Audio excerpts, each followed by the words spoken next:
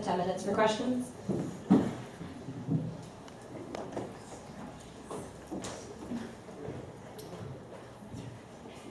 Hello, good evening. So a couple things as we're transitioned with me also being Associate Dean and Interim Executive Director. So I have already started, I meet routinely with the 4 new direct reports. So Jamie, Jesse, with Susie, and with Niku. So we are meeting and have a routine schedule going in that respect. I've always had standings with Jordanis and Jenna on the books, and so those will continue as well. Been in dialogue with different individuals among the Senate, and am available as needed as well in those settings. So far things are going well. I want to personally thank the directors because this is a partnership and working together during this interim time. In relation to the search, there was a meeting with the board. There's been a couple meetings. There was a special meeting in which we only talked about the search. And in that process, I feel we came into consensus regarding the search committee and process and so forth. So some updates regarding that. There are 2 co-chairs for the search. They are Jordanis on the student side, and then Tom Devlin on the staff side, who's the Associate Dean of Students and the Executive Director of the Career Center, if you're not familiar with him. There are the other student representatives are Lavanya, Aaron from the GA, and John Reedy. All of those individuals also serve on the Student Union Board. We also have Susie Halpin, who is one of the team members and one of the direct reports to this new person, and Marissa from the Lead Center as well, and that was done in concert with the board. We are still pending a faculty member. We did send out a request for an individual who also sits on the board, but due to time commitments could not do that, and so we're in the process of identifying a faculty member to sit on that.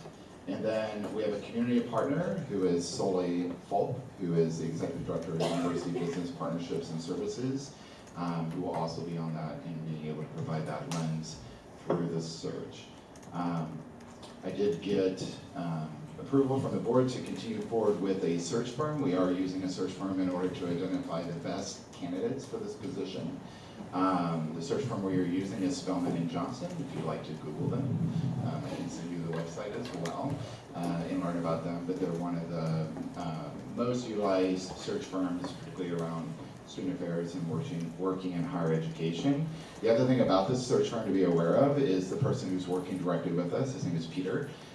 He was actually the person that worked with the university that hired Kelsey. So he's very familiar with the institution. He's done a lot of work on the campus, and so a good partner. He did a great job hiring Kelsey, and so confident they will do the same with us.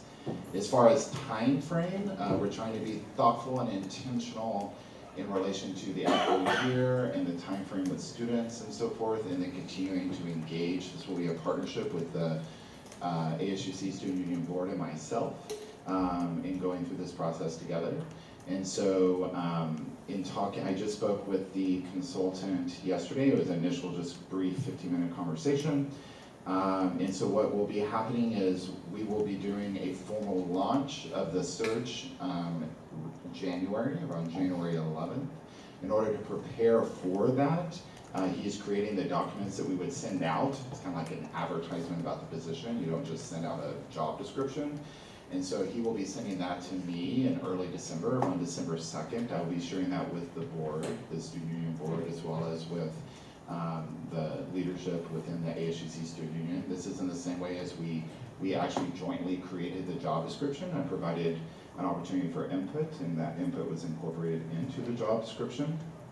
So we'll get student input and the board input at that point in time to ensure we're comfortable with what will be going out in January, understanding that that's not when students are here. But if we wait too late in doing this process, it will lose opportunity. We are waiting for the search firm. Peter will be joining us on campus to meet with different constituents, and we are waiting until students are back. That'll be the week, most likely, of January 25th. So that's about the second week of school. And he will be meeting with the board. He'll have some sessions with students. You are all welcome to attend. He'll be meeting with the team and staff and having a dialogue about what we're looking for in a candidate. This will help him in his work as he's going out and identifying individuals and asking them to consider us. We'll still do our usual advertisements and broad kind of reach out to the community, but he will be helping us in identifying people and being more proactive in that process. Our intent is to have a decision made by May 1st. So that is kind of our time frame. It's May 1st as far as as soon as I have a sense and time frame of potential candidates coming to campus and so forth, we'll talk about that. It'll be an all-day kind of fair, and there will be sessions for not just with the board, but open sessions with students and with other members of the community so that everyone can meet these individuals, whoever the top candidates are, and can make and give input into that process. Some other things that I've been working on, kind of dean of students, but now also in this room too, but I was planning on doing this anyway. I've been continue to meet, I started this when I first got here last year, but continue to meet with student organizations and learning about them. There's a bunch of them. I can't be with all of them in a year. And so I've been working with the lead center and with Fred and his team in order to identify student organizations to meet with. And so I'm going to continue to do that and continue to do that during my time here at Cal and continue to learn organizations. And over time, I hope to get to meet with all of them in that space. Not just student organizations, but also working with fraternities and sororities and meeting with our umbrella organizations and meeting with chapters. I also, just so you know, I have reached out to our unrecognized fraternities in an attempt to start to bridge dialogue between the university and those organizations. So offering to come and meet with them, either in their own houses or having wherever they would like to meet. We sent out a letter offering that. Didn't get any hits the first time, so I sent out a second one. So we'll see what happens. I did actually meet with the chapter today, so that was good, and we're starting those conversations and trying to bring them in the fold and get them into a space where they understand and meet university expectations and can become part of our community again. In the same space, I'm trying to bridge communication with our international and national headquarters. I will be attending AFA, which is a national conference. It's the Association for Fraternity and Sorority Advisors. This is where many of the national and international headquarter executives attend, and so I am attending to actually meet with them and to start a dialogue with them as well, and start that communication as well. So I feel there might be a bit of a communication gap between these communities, so I'm trying to bridge those in that space. And the other thing, since Lee wasn't able to be here today, just a quick, we continue to work on the adjudication process with sexual misconduct. This is a process that has been decided by the Office of the President. This is a UC-wide process.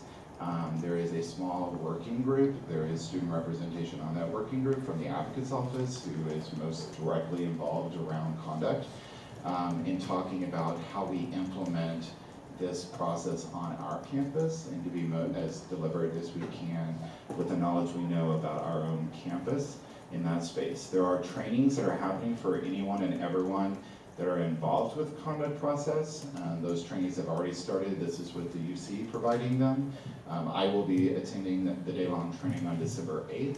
In the new process, I actually don't have a role in this new process, but I will be attending because many of my team members do have a role in this process to be educated about what the expectations are in moving forward and what it is that UC OP would like us to know as a campus and supporting in that process. And so I think those are my major updates. Question. Senator Morrow?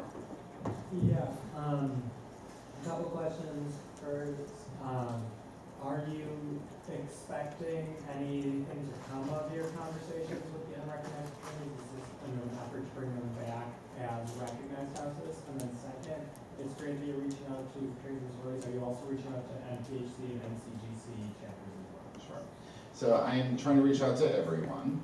I will say that I have so much bandwidth, and right now I will personally say I'm putting a bit of effort in the unrecognized chapters into bridge that communication as far as a priority.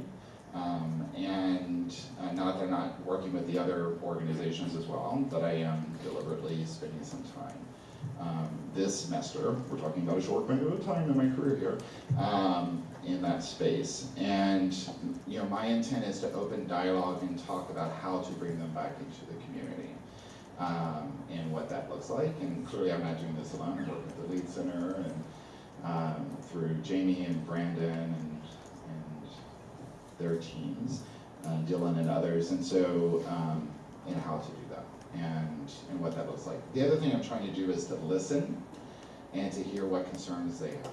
So whatever that, I've heard different concerns, and I would like to hear, but I haven't heard it from them directly.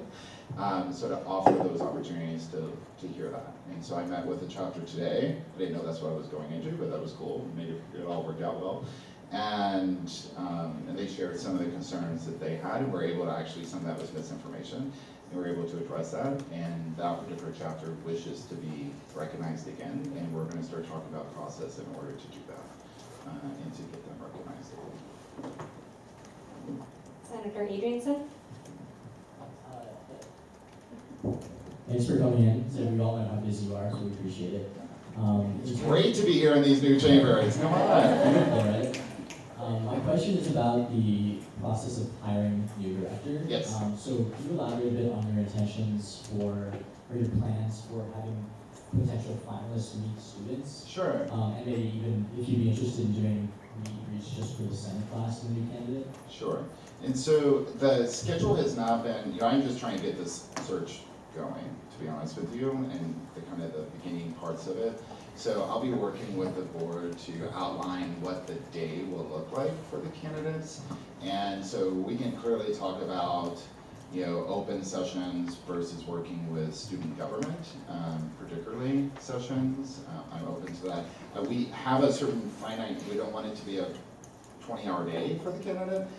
So we do need to kind of look at that and kind of how to best do that, because we do have I want to make sure community partners have buy-in. This person is really intricate to this organization, to be connected with the institution in the campus, so we need to make sure there's investment in this process by them as well.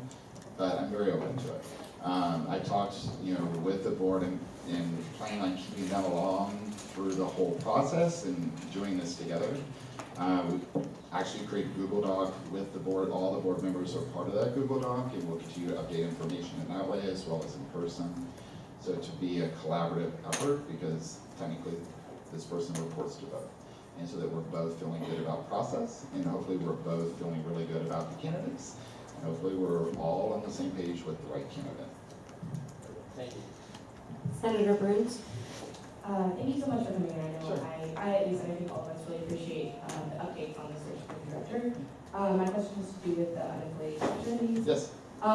It's great that at least one of them responded. That's good to hear. I guess just to clarify for people who don't really know how it works, what kinds of incentives do they have, I guess, to come back into the fold and research? Like if they're now not like held accountable by rules, why would they want to come back into it? Because I know that there are reasons. Sure. I'll have Jamie give the specifics. I'm back. So one thing that we're really working on with the university is trying to better define what benefits do belong and do come with being recognized.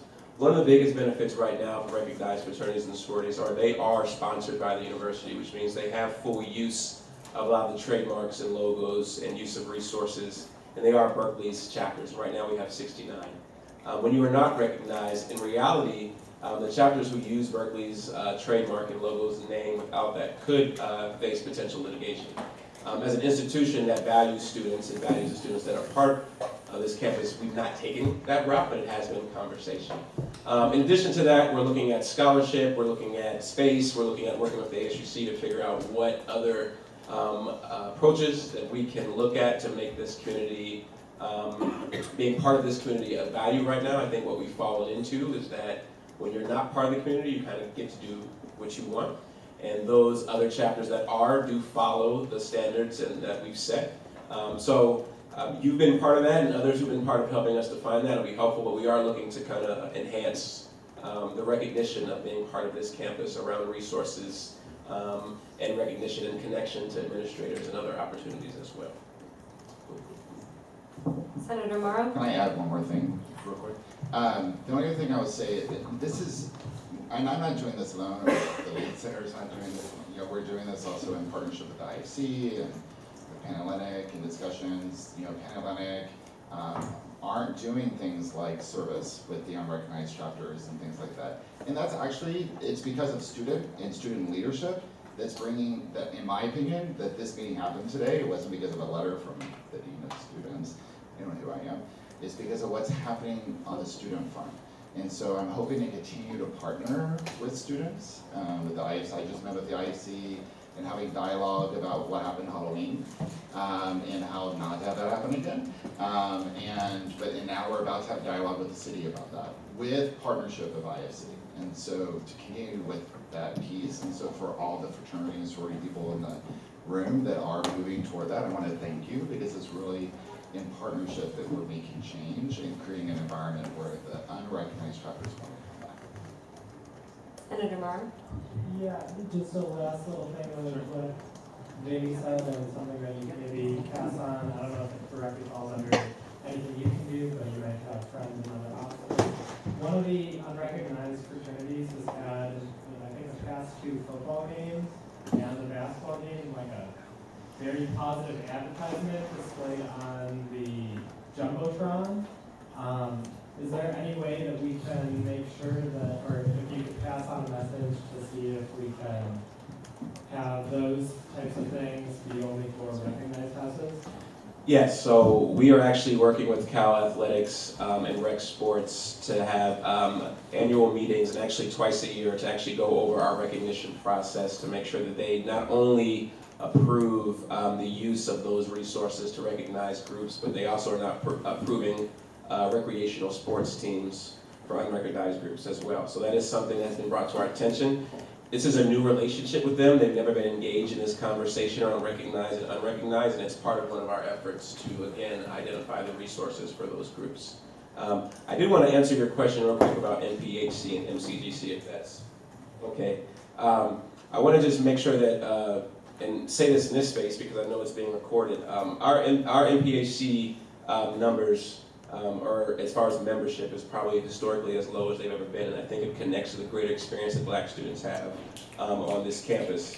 So we will be working with NPHC while we're at AFA and on this campus to actually develop a strategic plan around, number one, figuring out what about the climate and the culture is causing NPHD students, Black students, or students interested in the cultural aspects of those organizations not to join, and then what about that is prevailing to the fact that we only have about 25 members in NPHC total, and there are 7 organizations.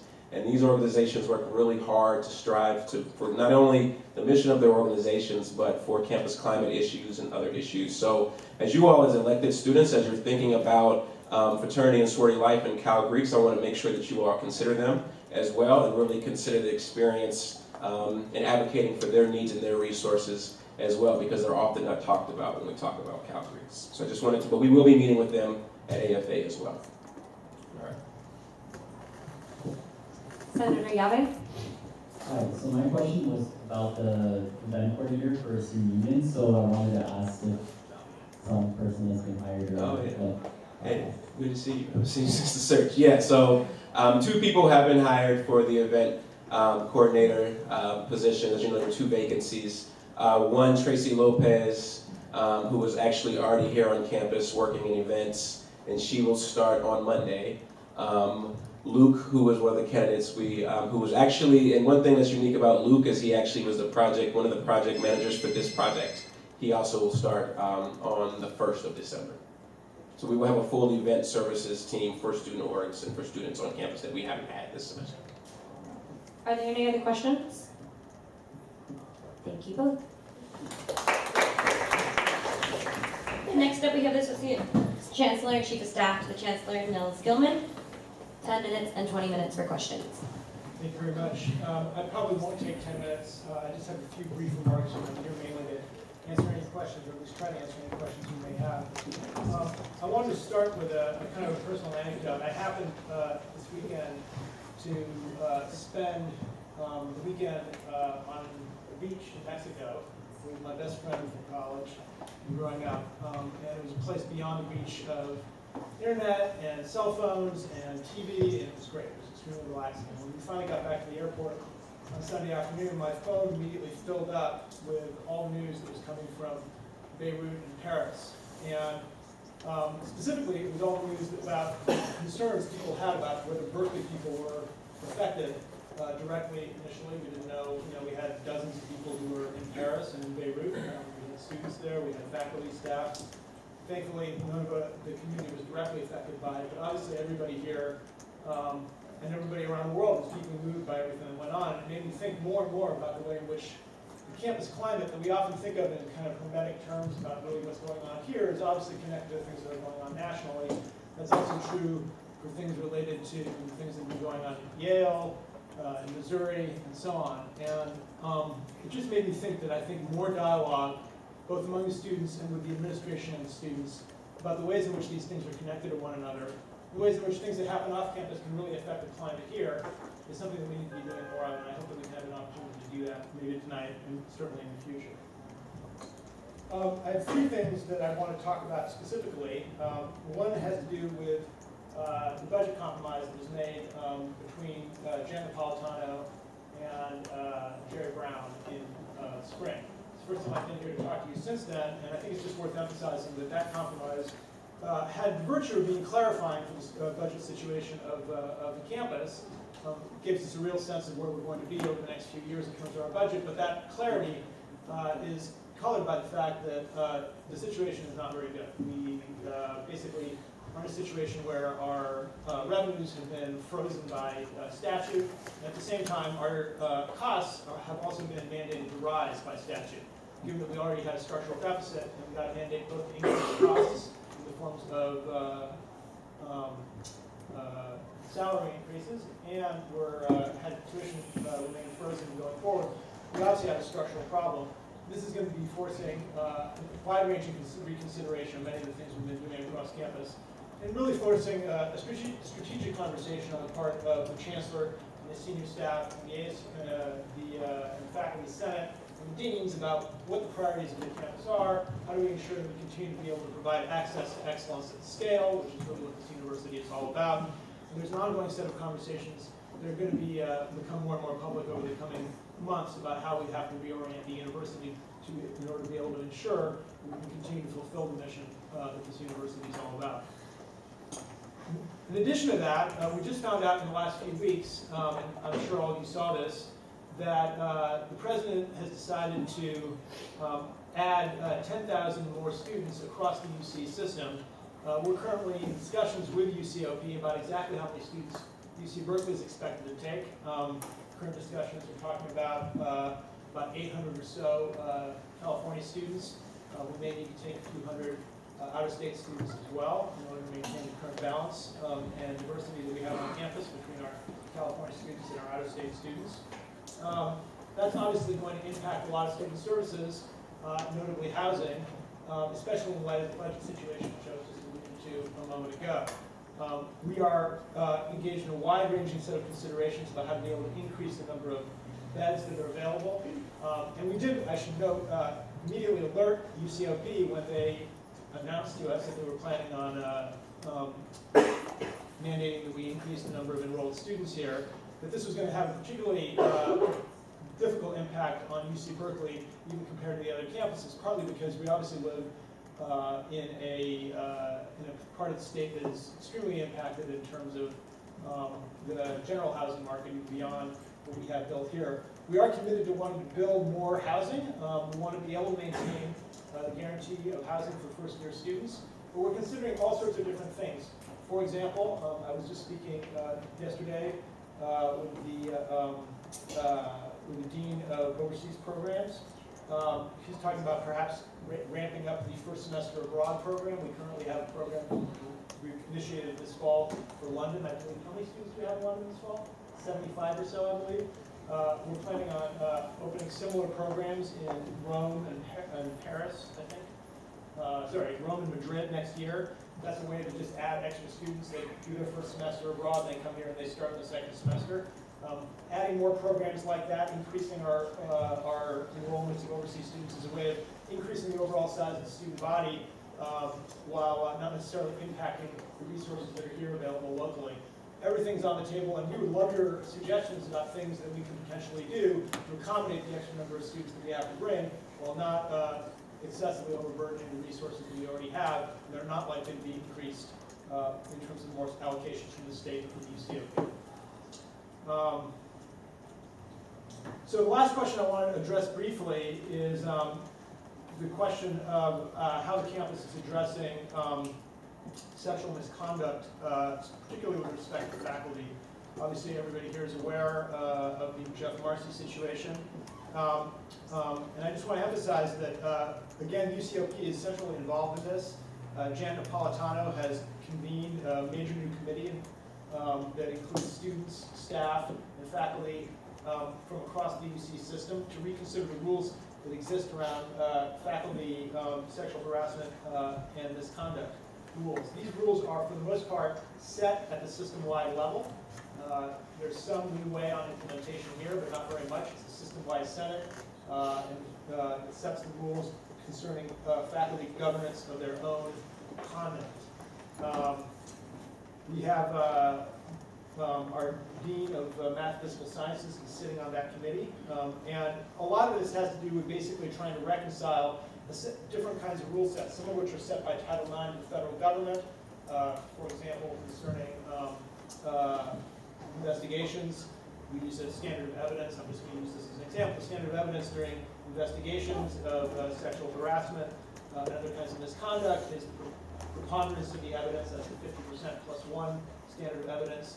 But the evidence at the time of, for the faculty, when they want to determine what the appropriate penalties are supposed to be after a finding, use a standard of clear and convincing evidence. I'm not sure what exact percentage it is, but that's a higher standard of evidence. It's not as high as beyond a reasonable doubt, but it's somewhere between those two standards. And we have a whole series of incongruities between the kinds of rules that are set at the federal level, the kinds of rules that are set at the system-wide level, and the kinds of ways we try to implement them here. This is obviously a major problem. We need to address these things, and there are several processes in the works right now to help try to reconcile all of those things, and we're committed to making that happen over the next couple of months. But it is going to be a lengthy process because it is really a system-wide process, not merely a Berkeley process. All right, that's all I have to say. I'm happy to take questions. Senator Salinas? So you talked about study abroad programs. Are these programs AB 540/undocumented friendly? I don't know.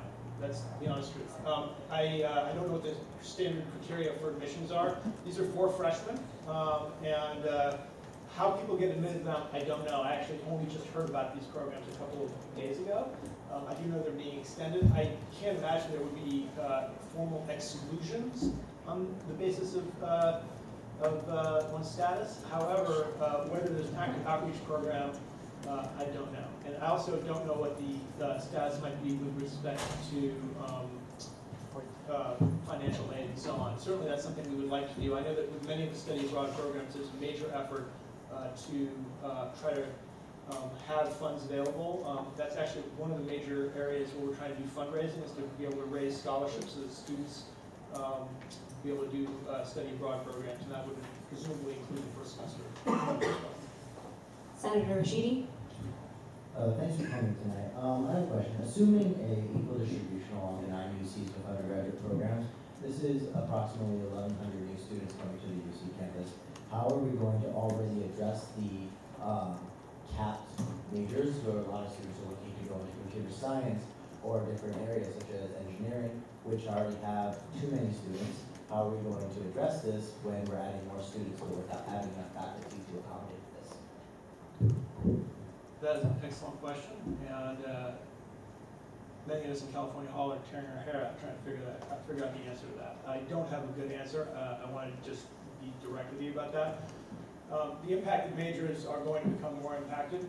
Computer science, I think, particularly is one that we want to address partly through the creation of, well, the investment of more resources into the data sciences curriculum. How many of you are aware of the new data sciences program we have running this semester? I just attended a fireside chat at University House with probably about 2 or 3 dozen students that are in that class. We're very enthusiastic about it, almost all first years, a few transfer students.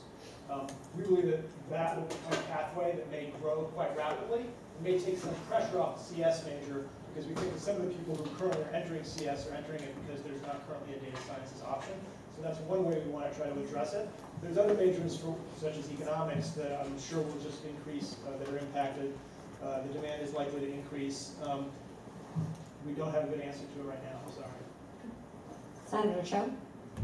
Hi, so going off of that, where I'm coming from, I'm an EECS major. I'm actually part of course staff for E16A and have been for a lot of the introductory courses for CS and for EE. It's not just a matter of creating a new path, it's a matter of the number of faculty that are available. And I actually just went to a lunch with 2J, who's the EECS department chair, and it's a matter of the fact that these professors are required to do research, are required to teach, and they are not getting any more help. They're not getting enough GSI hours for all of the undergraduate courses, especially for the intro courses. When you have an enrollment of like 1,400 students in a CS class, in 3 CS classes, and there's not enough course staff to support that, and it's just a matter of the university not giving the department enough GSI hours. How do you plan on changing that or addressing that issue? So first of all, on the specific issue of TAS money, which is what I think you're referring to with the GSI money, the university did provide TAS money over and above beyond the allocation that would normally be appropriate for the CS department based on student enrollments. That came out of the chancellor's personal budget just this fall. In addition to that, Dean of the School of Engineering does have plenty of resources that he could be putting towards this as well. First to not do that, that's a choice. Senator Cho? That the fact that the CS department's budget has increased is completely reasonable, considering the extreme increase. I think for my freshman year, there were 800 students in a CS class. There's almost double that in 3 CS classes. So I understand that, okay, thank you for increasing your budget, but it's really still absolutely not enough. We definitely, I mean, the growing demand for CS is huge. I mean, I've been looking a little bit at the numbers. Just to amplify your point, I don't think there's a single upper division CS class that has fewer than 300 students enrolled in it. So they're all impacted, not just even the introductory courses, but even once you get further along in the pathway, there's an incredible impact on these. One of the things that's really interesting about the kinds of folks who are enrolling in the introductory CS classes, we've looked at it, and actually much of the enrollment growth, not all of it, but much of the enrollment growth is actually coming with people who are non-engineering majors, often people in LNS, humanities majors, social science majors, in their last semester or 2 of college, who are interested in learning some CS, perhaps for any number of reasons, completing breadth requirements, and also it's just a useful skill to have as you enter the job market. People start thinking about that later in their careers in college. A lot of those intro CS classes are actually not necessarily the ideal course for people to take. What you want to take as the first semester of a major sequence is not necessarily the same course you want to take if it's the only CS class you're ever going to take in your life before you enter the job market. So part of the longer term structural answer to this, in addition to more resources, which I completely agree with, is that we need to think about ways to create courses that are appropriate for the purposes that students are taking them, rather than assuming that the courses we have on the books right now are necessarily exactly perfectly tailored to the demand that exists out there among the student body, if that makes sense.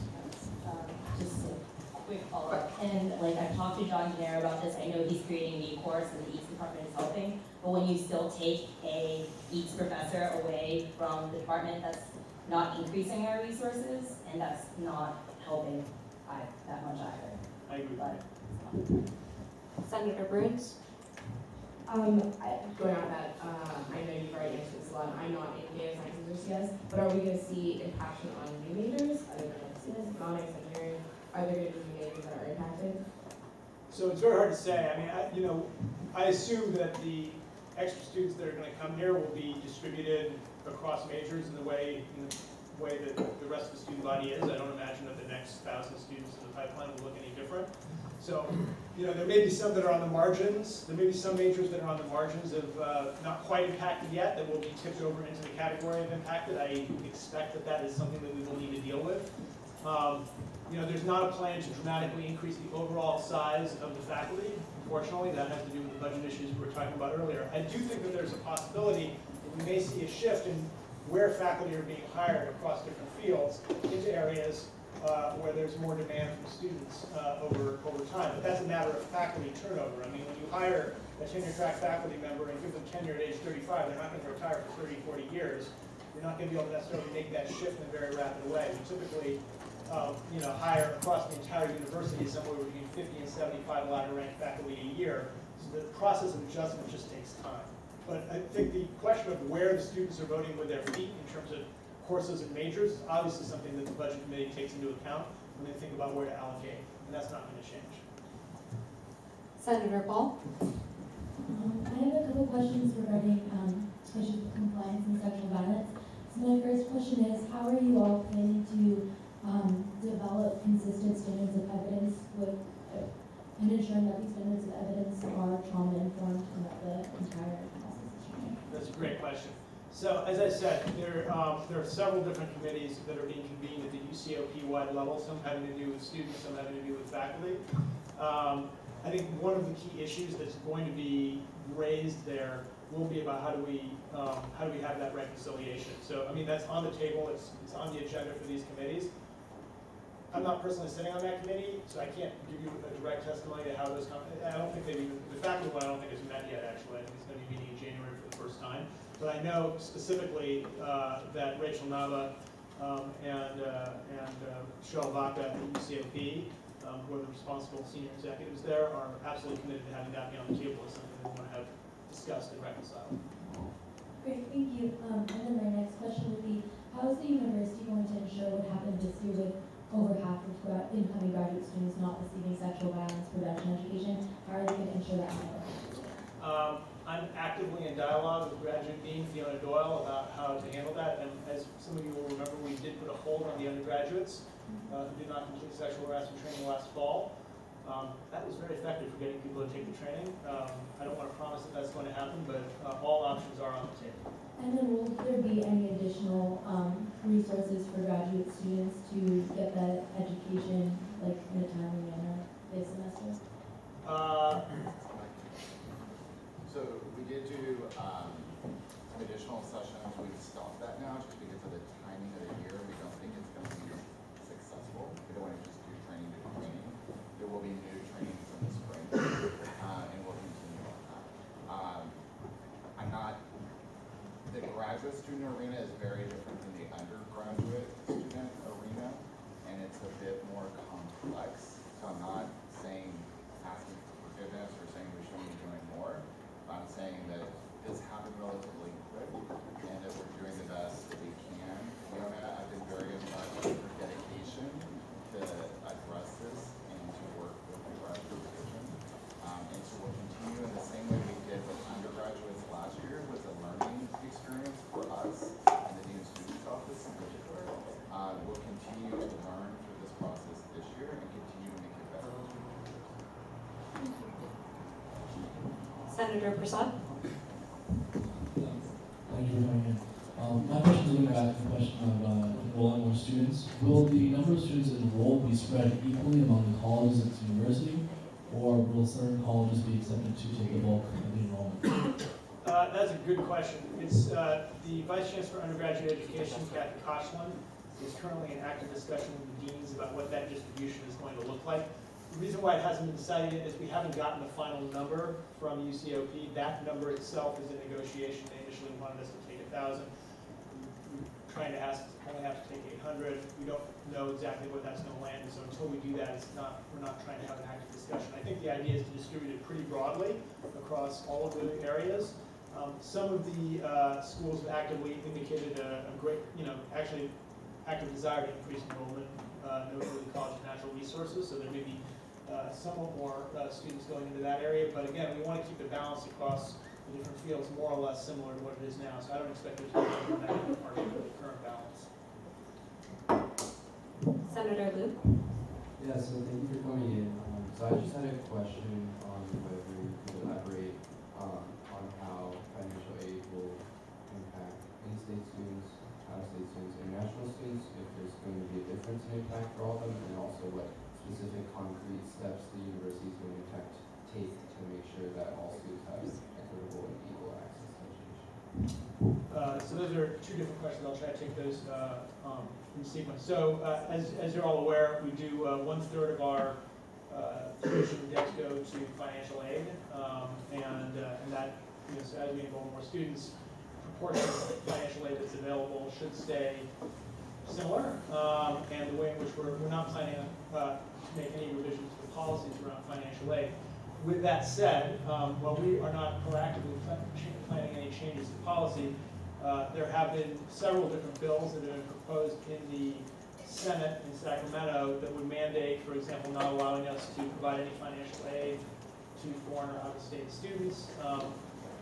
We would prefer to have the latitude to give financial aid to students we think is appropriate to give financial aid to, but that could change for reasons external to the university. But that would be what would drive change. I'm sorry, I have your second question. So just basically what steps are you going to ensure that all students aren't affected in any way where they aren't able to enroll or are unable to enroll easily because of their impacts? Financial aid specifically? Well, I mean, already we have, unfortunately, some students that are challenged with the financial aid situation. Many students are very understandably concerned about, racking up a lot of debt at Berkeley. The fact that the cost of living in the area has increased has put significant pressure on many lower income students. There's also a food security challenge that we have here at Berkeley that's quite significant. We have been putting quite a lot of resources into both counseling and guidance. We don't want students to be going hungry, just full stop period, but we're also aware that going hungry creates worse learning outcomes in itself and lots of other negative deleterious impacts. So we are trying to address all of those kinds of issues. I'm not sure that per se the increased enrollment will change those dynamics, except for the fact that it's likely to increase the cost of living around here because you just have 1,000 extra students who want to, 1,000 extra people who want to live here. In addition to all the other demographic pressures that we have, it's going to make things more challenging.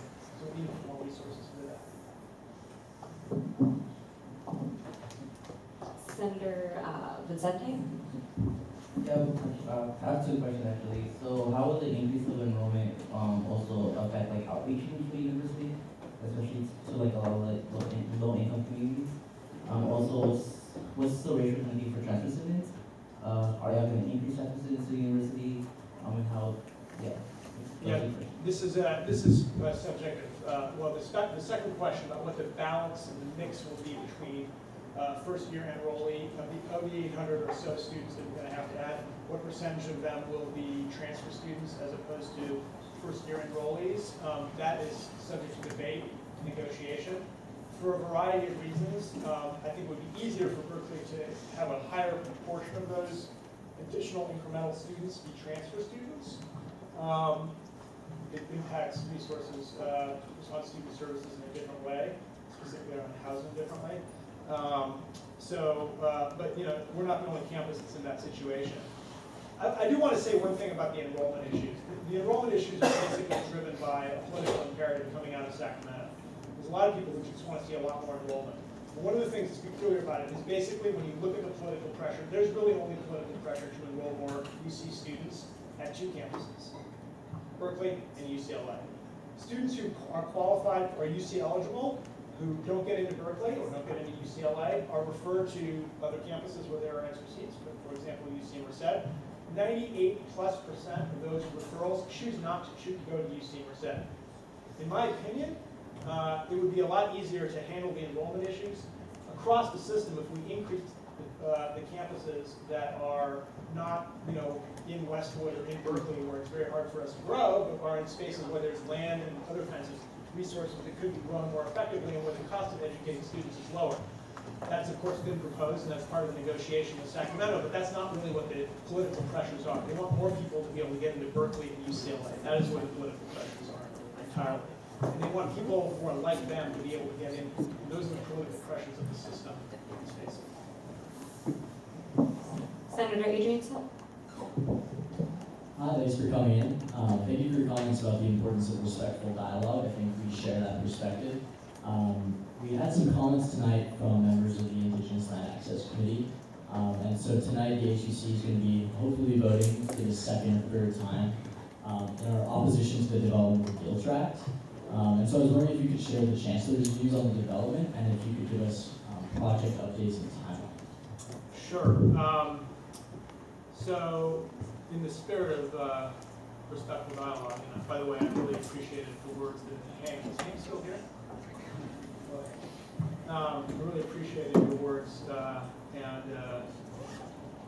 the sincerity with which you gave those.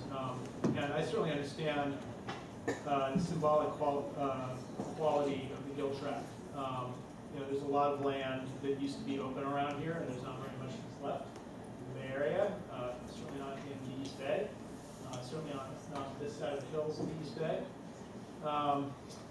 But it's also important to emphasize that, partly in response to the financial situations that I was discussing earlier, it's imperative that we, as a university, find all ways we can to try to raise revenues where we can, and that we have the freedom to generate funds to support ongoing student, faculty, research, staff, teaching, and other kinds of programs that are what the fundamental mission of the university are all about. So, we have a lot of pieces of land that we're considering doing that for. All the UCs have pieces of land that they do that with. Right around the corner from me, where I live in San Francisco, UCSF has a large piece of land that they have recently decided to sell off to, I think, a condo developer. And this is an effort to raise funds at a basic level. In terms of the specifics of the Gill Tract, as everyone in this room is aware, there was a lengthy and open planning process with the Albany community, discussing various options about what to do with the land. I think as far as the Chancellor and the administration is concerned, this is a decision that's been made, and we're moving on. So what is the Chancellor's perspective on the indigenous heritage of this land and on the remains that are still housed in this land?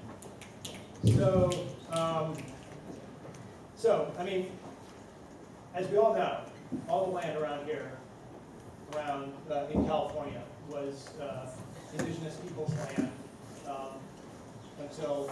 certainly until 250 years ago, and at various points there's been dispossession over the years. Second. Any objections? Time is extended by 6 minutes.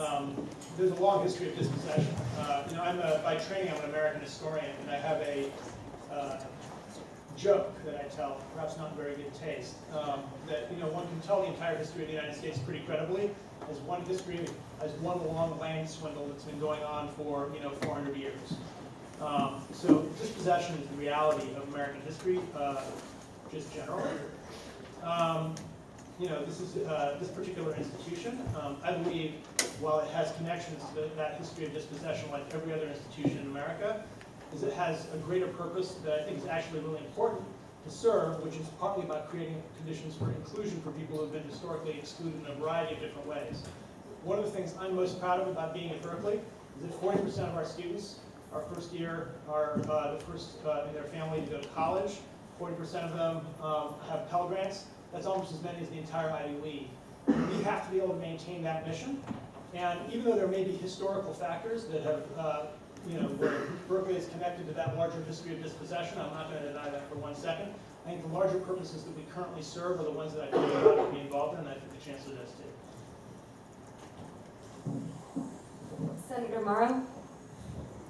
Super quick question. I'm wondering if you've done any outreach to employers or graduate programs about the reputational impacts of a potential increase in enrollment numbers and what academic standards the university is going to continue to have for acceptance.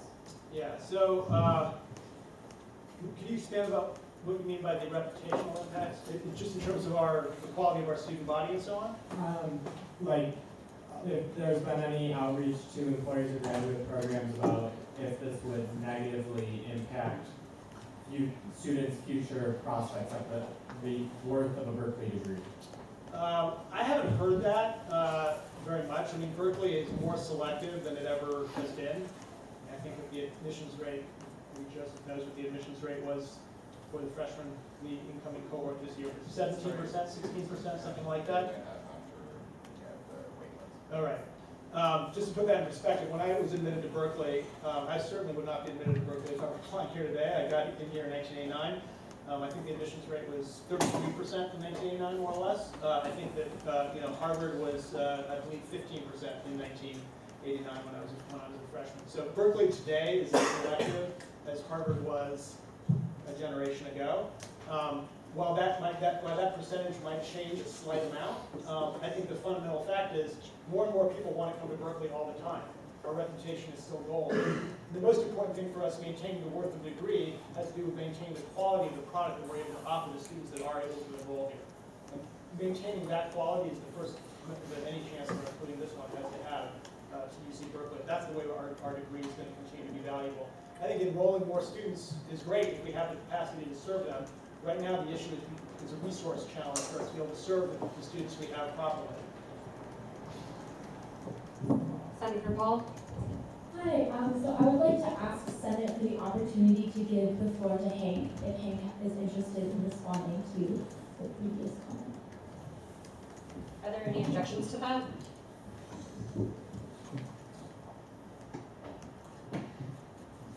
Well, I appreciated your comment about the opportunity for respectful dialogue.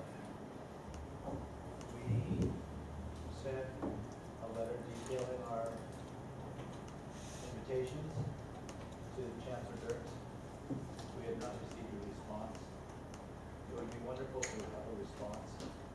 And it would be wonderful to sit down and talk about options for the use of that land. I totally respect the need for the university to raise more revenue. As it turns out, this afternoon, the Stewardship Council for the Gill Tract had a long discussion about the salary for the farm manager, who's done an amazing job getting paid 10 or 20 hours of work a week, but he works 60 to 80 hours and makes the little farm there quite productive. And we're told that there's no resources within the university to provide a salary for him, which seems, even given the financial situation, hard to understand, since his salary would be essentially a rounding error for the UC budget. But that's a separate issue. The issue of using that land to generate revenue is one that can be met, as the development office has figured out, by building commercial structures there and destroying the land. Or alternatively, it could be raised by creating a center of excellence for the study of indigenous lifeways and foodways. And that is a longer term investment, and those funds would be harder to find. But from our point of view, it's worth that respectful dialogue to understand. And even though the decision involved lots of conversation with people of the city of Albany, you must know that that conversation was contentious, and there's many people who want to see that land conserved, who are people who are residents of Albany. Anyway, having the chance to really talk would be wonderful. Thank you for even considering. I'd be happy to talk more in the future. I hope we do. Let me just respond. I am absolutely aware of the contentiousness of the conversations that happened within Albany. I will say, I mean, everybody in this room is involved in politics, and many contentious things happen in politics. At some point, one has to, you know, the nature of democracy is that you have contentious conversations. You have conversations, some of them are going to be contentious, and at some point decisions have to get made and you have to move on. And if we have a functioning democracy, it means that we respect each other despite the fact that some people are going to be losers in some situations, and then we continue to try to find ways to accommodate. And when there are losers in political situations, we try to make sure that we can minimize any harms that those people feel and experience. And we also try to make sure that the people who are gaining share the benefits as broadly as possible. I think as a university, we try as hard as we can to keep it equitable. Both the process of democracy and the downstream impacts that we try to deliver. Please raise your hand if you have a question. I'd like to extend time by 10 minutes. Are there any objections? Okay. Raise your hand if you have not asked a question. Thank you, Senator Wynn. Hi, I just wanted to redirect the question back to Junior's first question that you didn't answer. How will the increase in enrollment affect outreach to low-income communities? I don't expect that it's going to affect it in any kind of direct way. We make significant efforts, major efforts, to do outreach to low-income students. As I said earlier, the fact that we have as many Pell Grant students as practically the entire Ivy League combined is a point of pride for this institution and for everybody who enrolls here. And I know specifically, I should say, that it's a point of pride for the faculty who teach here. I think we're absolutely committed to doing that kind of enrollment, and that kind of outreach to ensure that that kind of enrollment continues. I think actually one perhaps silver lining to the increase in enrollment will be that we probably will actually exceed the entire Ivy League in terms of the number of low-income students enrolled here as a result of this change. So in terms of the strategy we're going to have for doing the outreach to the students, I don't think that that's going to change. We're just going to be able to enroll more people. Senator Kim? Going off of that question, as you know, as you said, like if we have more, say like 800 more students accepted next year, next semester, that's just going to increase the students, hopefully, of low income or other underrepresented communities. And with that said, our current C3 programs or NCC programs who do serve these underrepresented communities have absolutely no funding. We do have funding, but it's so minimal that we can't serve all of our students. So what are your thoughts and Chancellor's thoughts on increasing the funding for these school programs? Right. Yeah, I mean, that, to me, so on the recruitment side, I don't think things are going to change. In terms of the amount of resources that are going to be available to the students, all categories of students, when they arrive here, we're in a situation where, as I opened up, where by saying where the amount of resources that we have as an institution are flat to down, and the pressures that we have in terms of fixed costs are actually increasing. UCOP mandated a 3% salary increase, which is great for people who work here, but given that it's not funded on the other side, it's very difficult. We may have to take some discretionary programs, that is non-salaried employees, spending programs, and actually reduce them over time, despite the fact that we're increasing the number of students. Does anybody in the administration feel good about this? Absolutely not. It's an imperative that's being imposed from the outside. Senator Bates? Hey, so first I just wanted to say, I think the idea of like relating democracy to like people's survivals in their actual land is kind of actually, it makes me really mad, and it's kind of hard for me to articulate my words right now. I want to redirect the question back to the question that Wes asked you and make it more direct, and hopefully you can like provide a solid answer. When do y'all plan on building on the Gill track? One question. And then the second question is, when are y'all releasing remains to the indigenous people in which they belong to? So I'm going to try to answer that as directly as I can, which is that I do not know the answer to either one of those questions, so I can't give you a date. I don't think there is a date that's been fixed for the groundbreaking on the Gill track. I know some work has already been done on the site. I believe there's some trees that have already been taken down. I don't know exactly when groundbreaking is going to take place. In terms of the remains, I'm actually not up to speed on what's going on with the conversation around the remains. I'd be happy to get back to you on that, though. Sorry, it's not the data. Senator Tran? Thank you for coming in today. It sounds like a lot of these issues are very pressed of your attention, resources, time. So I guess this is me kind of pushing as like a student representative elected in this position of a lot of what people find important, which is diversity, and we talk about campus climate. And so when you're going in those room meetings, which usually students are not part of, I would really push for diversity. So I have 3 things I want to say. 2 are comments, and the last one's a question. So going off of Senator Kim, I'm part of Bridges, which is the Recruitment Retention Center here on campus for multicultural students. It's responsive to Prop 209, but also it's students of color who are usually first generation low income going out, taking vans all up and down California and doing the groundwork. And so we work with the Office of Undergraduate Admissions, but I know that this increase of students will only bear the burden on already existing students who already do the work. So again, you're asking low-income first-generation students to do the work for other low-income first-generation students.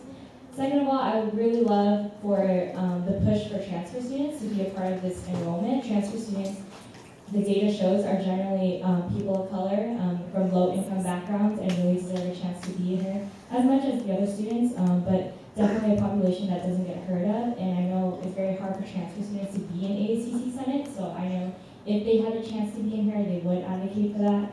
And the last one is a question. So with the big budget cuts, also becomes less chances to hire faculty. How often do we hire new faculty every year, and how many did we hire this year? The reason why I ask is because I'm a political science major, and diversity is a huge factor in my education here. We've never had an African American professor in the political science department. So the fact that there are cuts in faculty means like a cut in diversity as well, or the chances for diversity. Thank you. So first of all, thank you for advocating for transfer students here. I think you're right that it's hard for them to get represented, but I think it's great that you're representing them. And also thank you for the work that you and have been doing on the recruitment side. The only thing I would take some issue with is I don't think that the administration at all feels like it's only low-income students who should be out on those buses recruiting students to come to Berkeley. I think that students who come from communities like that may be uniquely persuasive in terms of convincing people that they can come here to be successful here, and that this would be a welcoming place for them. But I think it would be great for anybody to be participating in that. I think it's unfortunate that it's perhaps only folks who have had that direct experience who feel compelled to do that, but I appreciate the fact that you and others are doing that. I also think that, you know, if there is one of the reasons why we are considering asking UCOB whether we can admit a higher proportion of transfer students as a proportion of that 800 and some students that we're going to admit is precisely because that will allow us to have more students from those kinds of communities in the mix here. But as I said, the reason I wanted to explain to you the political context on this is that the pressure we're getting from Sacramento is about admitting more. They don't care about the UC system as a whole, actually. That's where they can put pressure, and that's the idiom in which the politicians articulate themselves. But what they really care about is freshman admits to Berkeley and UCLA. Right? That's what they care about. So, you know, there's limits to how much we can push back on all of that, but we're absolutely committed to doing those things. Now then, in terms of faculty hiring, I don't have the exact number of faculty that were hired, FTE, as they say. I believe the number, though, is on the last year. I believe the number was on the order of 70. I'm not exactly sure what the number is, but that's probably right, give or take 5.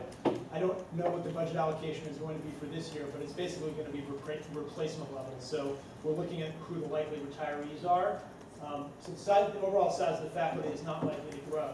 What I do think it may change over time is exactly where the hiring, what departments the hires go into.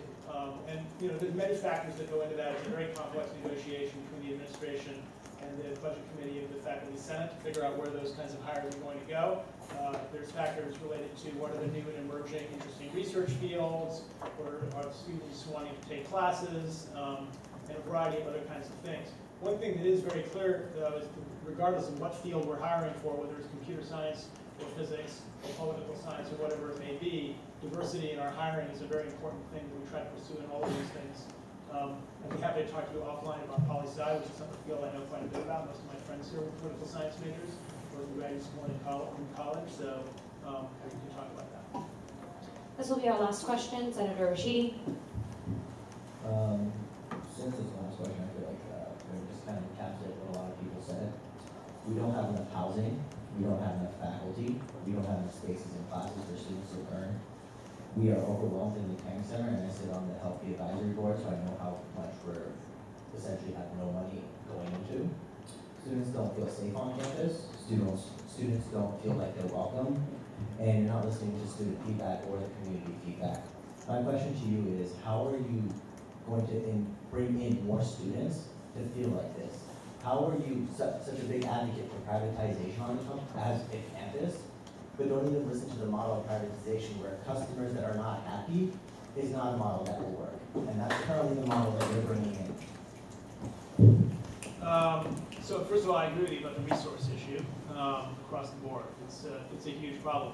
I mean, one of the things that I would invite you to try to think about is every time that people call for more resources to be put into one worthy cause or another, whether it's more student services of one sort or another, or more faculty for impacted majors, the question you always have to ask yourself is, where is the thing we should be cutting?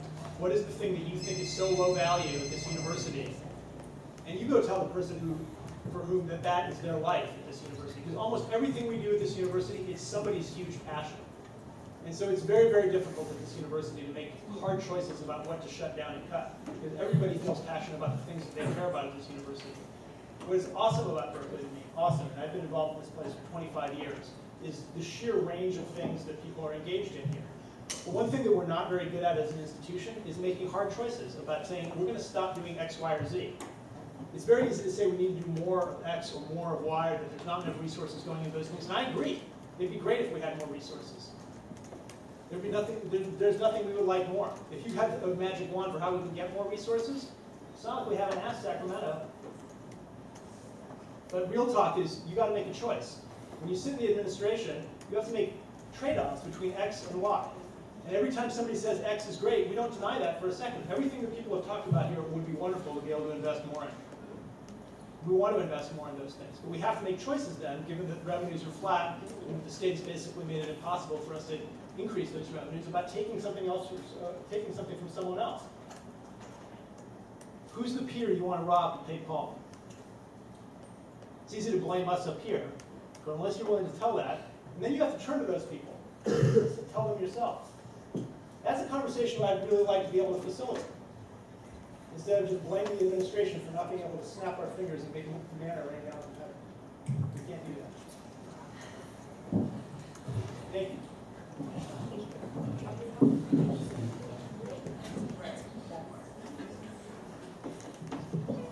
Moving on to executive officer reports. First up, we have President Dejean, 5 minutes and 5 minutes for questions.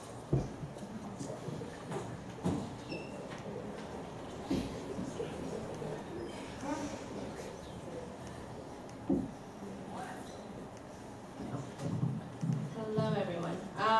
Updates. So this week, we've been mostly doing CACSIF. We had our first official round of CACSIF proposal reviews. We're about halfway done. We have another one on Friday, and then I think that's when we release once it's all voted on and complete. Tons of proposals, tons from the ASUC. So whoever y'all shared to, y'all did good. And I'm meeting with the chancellor on Monday. So if you all have any topics, I have to send the agenda by Friday. So feel free to just email it to the email, and then a little description of what you would like me to talk about as far as those points go. Also, the invitation for fire chat topics are still on the table. They are interested to know what you all would like to have as fireside chat topics. So do send those if you have any. And then also, I'm okay after due tomorrow. So if you're working on me, I know some of you are. 11:59. Yeah. Questions? Senator Salinas? How are the proposals going? Do you have any updates with that? What do you mean? as in like those that have passed and those that haven't and all those like in-betweens. I don't know if we can release those. It's not finalized yet. Because we're still in the process, but I'll say this: those that hit large targets of students are doing good, and those that hit students that need it are good. Yeah. Great. Any other questions? Thank you. Next up, we have Academic Affairs Vice President, Associate Chief of Staff. Eugene.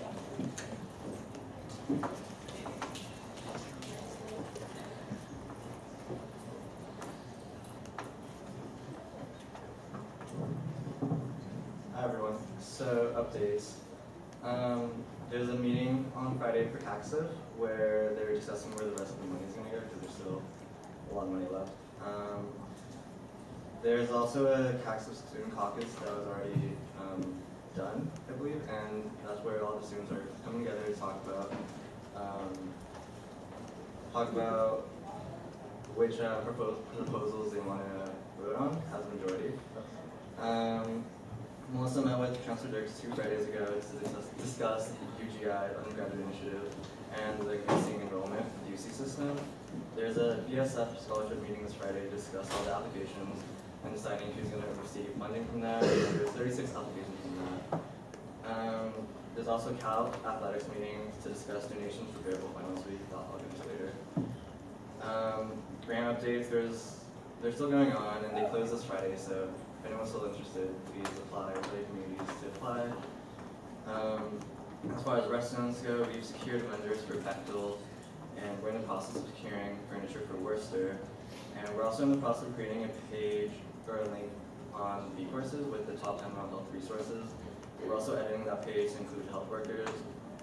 And the office is right now planning variables finals week, so what we have now is Monday we're gonna have a bouncy house and like the literally bubbles event. If you all saw that on Memorial Day a couple days ago or weeks ago, I think. Tuesday we're planning to have pet hugs, and right now tentatively we have a self-care workshop. And Wednesdays we're gonna have Llama Mother Glade. Thursday we're gonna have half of us the campaign tabling, asking people to pledge, and we're gonna tentatively have a night event sponsored by the Mental Health Coalition as well as half of us. And Friday we're gonna have Dig on the Glade. So we're also thinking of partnering with Cal Athletics for some giveaways during this week, and partnering with the Student Union and Creator Coffee for sponsorship. And we're working on top 10 academic resources and creating a page with the top 10 like mobile apps that students should have on campus.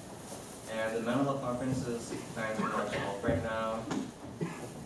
And I think that's about it.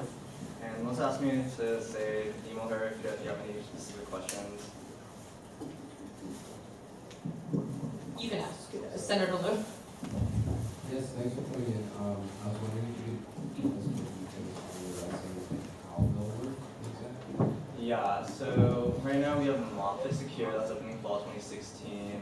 And right now, the furniture that's coming in for Bechtel, I think it should be here. I think we ordered it this Monday, so ideally by next semester it'll be here. As far as Worcester goes, we have to still order those, and the only company that makes these are international, so it might take a while for these to actually come in. Oh, sorry, I meant like, do people like reserve these systems or like, probably not like yeah. Right now we're thinking of doing like a reservation process, just because like, if you're planning to study, you should be in the area already, so that you can like get back to studying, I guess. That actually isn't too cleared up yet, so that's to be discussed as things go, I guess. Those policies are being finalized, so because we don't actually have that furniture, I know Melissa's gonna be working on finalizing those policies. Kind of similar to how the building was opened. It can't really quite happen until we see physically like what are we looking at, what are we dealing with. So you can definitely expect that by spring semester, those policies will be set in place. And they might be different for different restaurants. I know Bechtel is already like, people already like now at one area, and like, we're just like bringing more furniture that's like nicer. So it might be different for every restaurant we have. Senator Cho? Two unrelated questions. They're not related. One's related to this. Where in Bechtel? You know, just Is it? Melissa and I have differences of opinions. She wants to replace the furniture. I told her to just add to it. So yeah, so in the same space as they always are. So it'll just be added. That sounds great. Okay. Two, so I know that Melissa brought this up last week or 2 weeks ago, and some of the senators talked about it, reallocation of the money. Oh, right. Getting the grants. Do you have any updates on that? Yeah. So the AMF directors, I think we're trying to get more money back into there, so they're going to the FICOM meeting to see how that process will work. Hopefully. Yeah, so Senator Prasad mentioned this, so I guess it's us reporting back to you. Okay. Which Senator do you like us to do? We as a FICOM would strongly prefer it if we were the last case scenario and that there was reallocation first. Okay. Just because that would be coming out of Senate contingency, which is club money, and we don't believe that that's necessarily the right way to do that. So if you could just let Melissa know, like that's sort of the decision that we made, or the brief decision that we made. We prefer to discuss that. Okay. I'll let you know. Any other questions? Thank you, Eugene.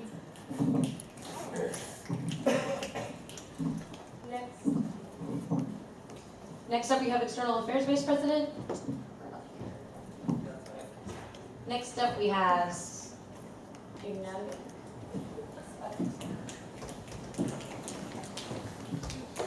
Hi, folks. We are currently at, well, the numbers I had on Monday were 52 open cases and 98 total this semester, but we actually got like 4 or 5 more, so we are probably around like 57 and like 103, which is awesome. Academic has, I think, about 26 open cases, conduct has 15, financial aid has 9, and grievance has 6, so we are generally getting more cases this semester than we've had in past semesters, so I'm excited about that. In terms of meetings I've had in the last couple weeks, the adjudication model implementation work group met last week. We are finalizing what's going to be called our local procedures. We're going to be sending those to UCOP, and once we get their approval, we'll hopefully be implementing them come January. The coordinated community review team, the entire group met 2 weeks ago, last Monday. Just talk about our progress. We broke out into groups, talk a little bit more. We're just moving along, trying to understand how the CCRT functions. Small groups are meeting as well, but the semester's closing out, so it's sort of like, I think a lot more is going to happen next semester. And then my conduct division director, my chief of staff, and I met with the individual who's been, who will be, as of December 1st, the respondent services coordinator in the university. So that's, again, a coordinator for students who are respondents in suspension or dismissal level cases, not restricted to sexual violence. It can be anything that faces a suspension or dismissal. We met with that person just to talk about how we can partner, how we can assist them, how they can refer people to us, and we're really excited about who it is, so I'm excited for that information to come forward in the next couple weeks. And then just a bunch of standing meetings coming up, Center for Student Conduct, financial aid. We're going to meet with the Student Legal Services Director, which is Mark Lucia, to talk about training for our caseworkers, just improve how we're doing in the hearings. And then tomorrow, a contingent from SAO is actually going to the Regents meeting to talk about some of the proposals in terms of the UC budget and the way that they're trying to reallocate some of the money that's supposed to be saved for return to aid is going to be going to not return to aid, particularly for non-resident students. So we're really concerned about how that's happening, and we're going to be talking. I unfortunately won't be able to be there because class and stuff, but some folks from our office are going, so maybe you'll see some folks you know. But beyond that, not really much more to add. The semester's wrapping up. That's about it, though. Ashton? Oh, thank you.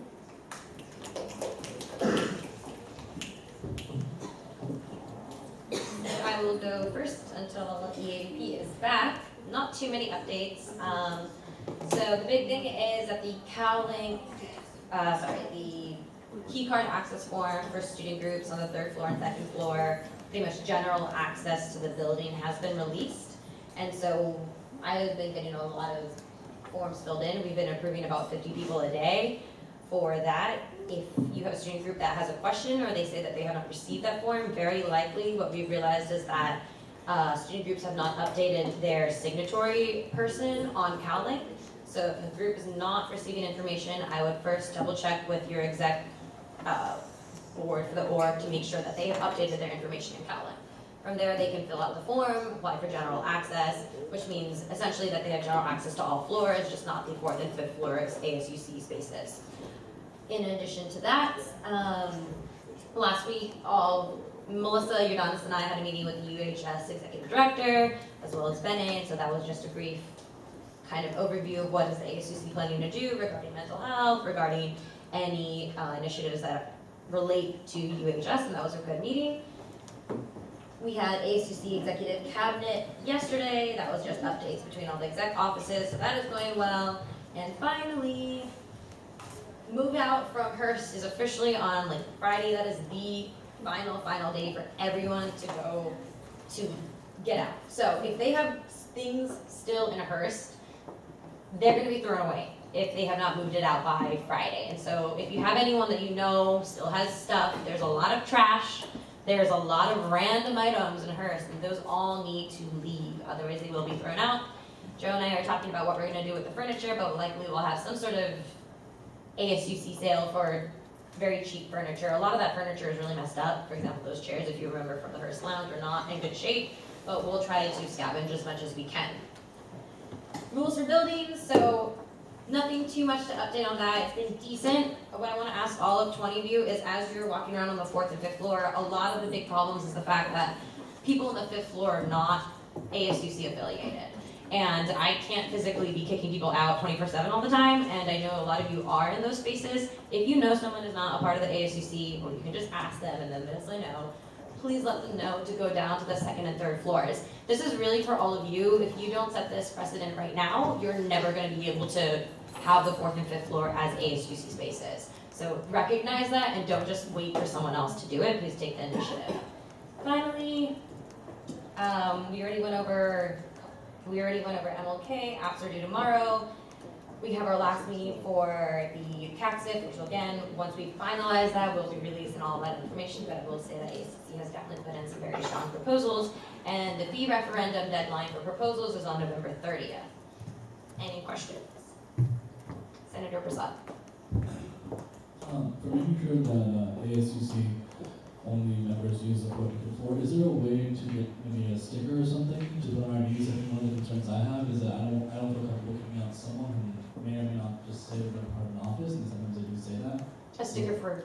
Like identifying the ASUC officials and non-ASUC officials. So basically, some people get stickers and use them on their head. We can talk about it, but my initial thoughts are I'm not very comfortable having identification marks for people. Senator Cho?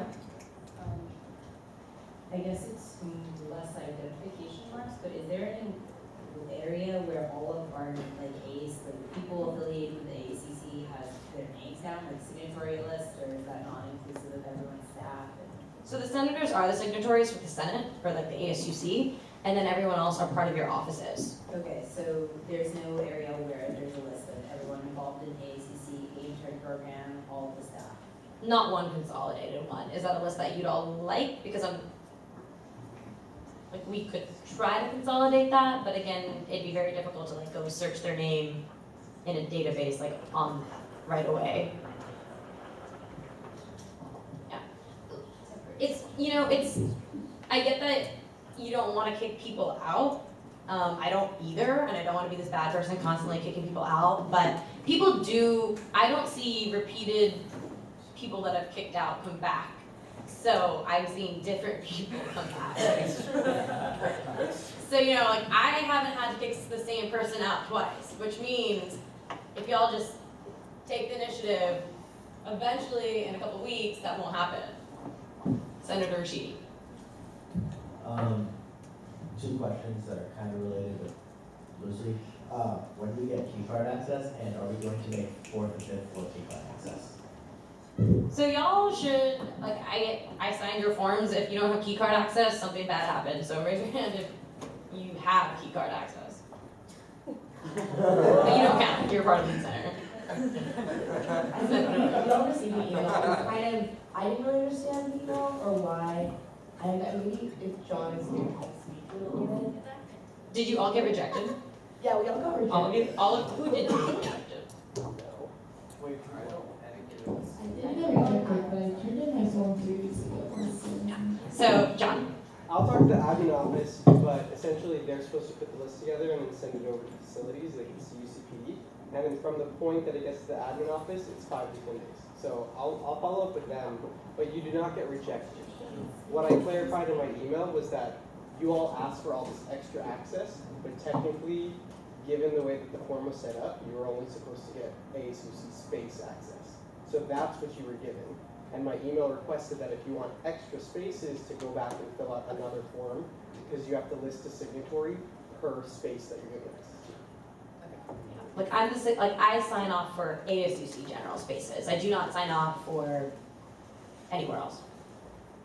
Senator Bershey. The second question was, are we going to use the card in the elevator so like only ASUC people can go to the 4th floor? Or no? So we decided not to do that as of now because of the, well, at least especially to the 5th floor, considering that people need to be able to come to Senate meetings and committee meetings. Same thing for committee meetings on the 4th floor since that happens in 414. That was the original plan, and then we realized that's a flaw. Yeah. Senator Vicente? So is there an email sent out to everyone? Is that an Email for what? Yeah. The police for what? Well, both on the email like saying that like their form was sent to UCPD. Yeah. I didn't get that. That email would, I'm sorry, who sent that email? Senator Wynn? You won't get an email from UCPD. UCPD will not email you on anything regarding key card access. All right. Any other questions? Great. Do we have EAVP back? Nope. Email any questions you have to Miriam then. Moving on to ACC official reports. First up, we have Student Union Board Reps, Joe. Just Joe. Hey everyone, it's my first time recording here. So this week we're having committee meetings. So Monday we had operations, basically just reviewed the digital signage policy for student union, kind of going through that, making edits. Today was Oregon Gov. Friday is business development and finance. It's 10 to 2 or 10 to 11 in Sproul 127. If you're interested in going, we'll be just going over revenue and expense updates for quarter one and talking about updates for the Art Studio Revenue Generation Project. Our next board meeting is December 2nd, 12 to 2. Yeah, that's all the updates I have. Questions? Senator Prasad? Hey, Joe. I know that there were some concerns brought up earlier in earlier Senate meetings about the revenue from the food courts. Do you have any updates on how they're going? I can tell you they're still not doing as well as Equator Coffee is. We discussed a little bit about strategies to get them to do better, like what advertising methods can be used to get more students down into the food court, get more circulation happening, because people are just kind of going in there, sitting in there and studying and not really eating. True Blue is doing better than all the others. Everybody's been giving positive feedback about that one, but some of the others aren't as popular. So I think starting next semester, marketing is probably going to be ramping up, trying to figure out ways to get more people down there. Any other questions? Senator Morrow? Are you ever going to fully, or is the union ever going to fully open up the Equator Coffee and National? It should be open when the building goes. When the construction right outside is done. So, yeah. Should be a few weeks, hopefully. Anything else? Thank you, Joe.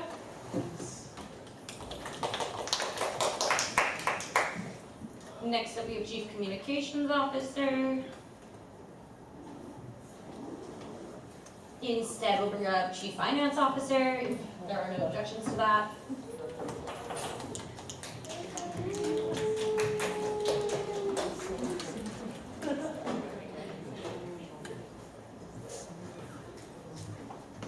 Hello everyone.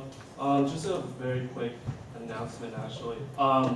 So the last FICON meeting will be on November 30th, and I have the list of individuals or senators and execs who have or have not submitted their stipend form. So this is a form you should have submitted earlier on in the semester to receive your stipend. And so FICON will be going over those on November 30th. If you are unsure whether or not you submitted the stipend form, then you could just reach out to me or talk to me. I'll be sticking around. In addition to that, I'll be working with the CAO to look over the bylaws and see whatever it is that pertains to stipend disbursements. The other thing I wanted to announce was the senior budget and finance manager. So I'm not sure if Jesse Grams mentioned this a few weeks ago or in the previous months, but the student union is currently looking for a senior budget and finance manager who will be taking care of a lot of the financial services, accounting practices, and making sure the student union complies with the federal and state regulations. So I would like to extend the invitation to you all to attend the open forum. And let me quickly mention the dates. This is an opportunity for you all to ask questions to see what it is that you want out of this senior budget and finance manager. The first open forum for the first candidate will be Friday, November 20th from 10 to 11 a.m. in Eshelman, the Bayview room in the 5th floor, on the 5th floor. The second candidate open forum would be on November 23rd, 10 to 11 a.m., same location in Eshelman Bayview room on the 5th floor. The last candidate will be partaking in the open forum on Thursday, December 3rd, 2 to 3 p.m. in MLK Stevens Lounge, 3rd floor. That's it. So that list of people are going to be emailing them separately? Oh, yeah. If not, you fill them down? Yeah. Yeah. I'll be sticking around, but I can email you all if you want for those who have not submitted their stipend forms, if that makes it easier for everyone. Attorney General, or you can just say. It's supposed to be the same form as the CAO mid-year report form, which is also due this Friday. Or did you make a separate form? No, this is the one from from Rob. It's a separate one. Those are not It's combined. more logistical. The bylaws are. But they're not. Yeah. The point was that it's supposed to be one form. Tony, how many people have not filled out the form? I can't remember on the top of my head, but I would say around 4 to 8. Okay. I would do, if you could just send out a reminder email. Yeah. I think that'd just be easiest. Yeah. So like Lavanya said, I'll just send out an email. I'll attach the form, and you can fill it out from there. Just make sure to complete it before November 30th, which is the last ASUC Finance Committee that would review that. Are there any last questions? Thank you, Tony. Bringing back EAP.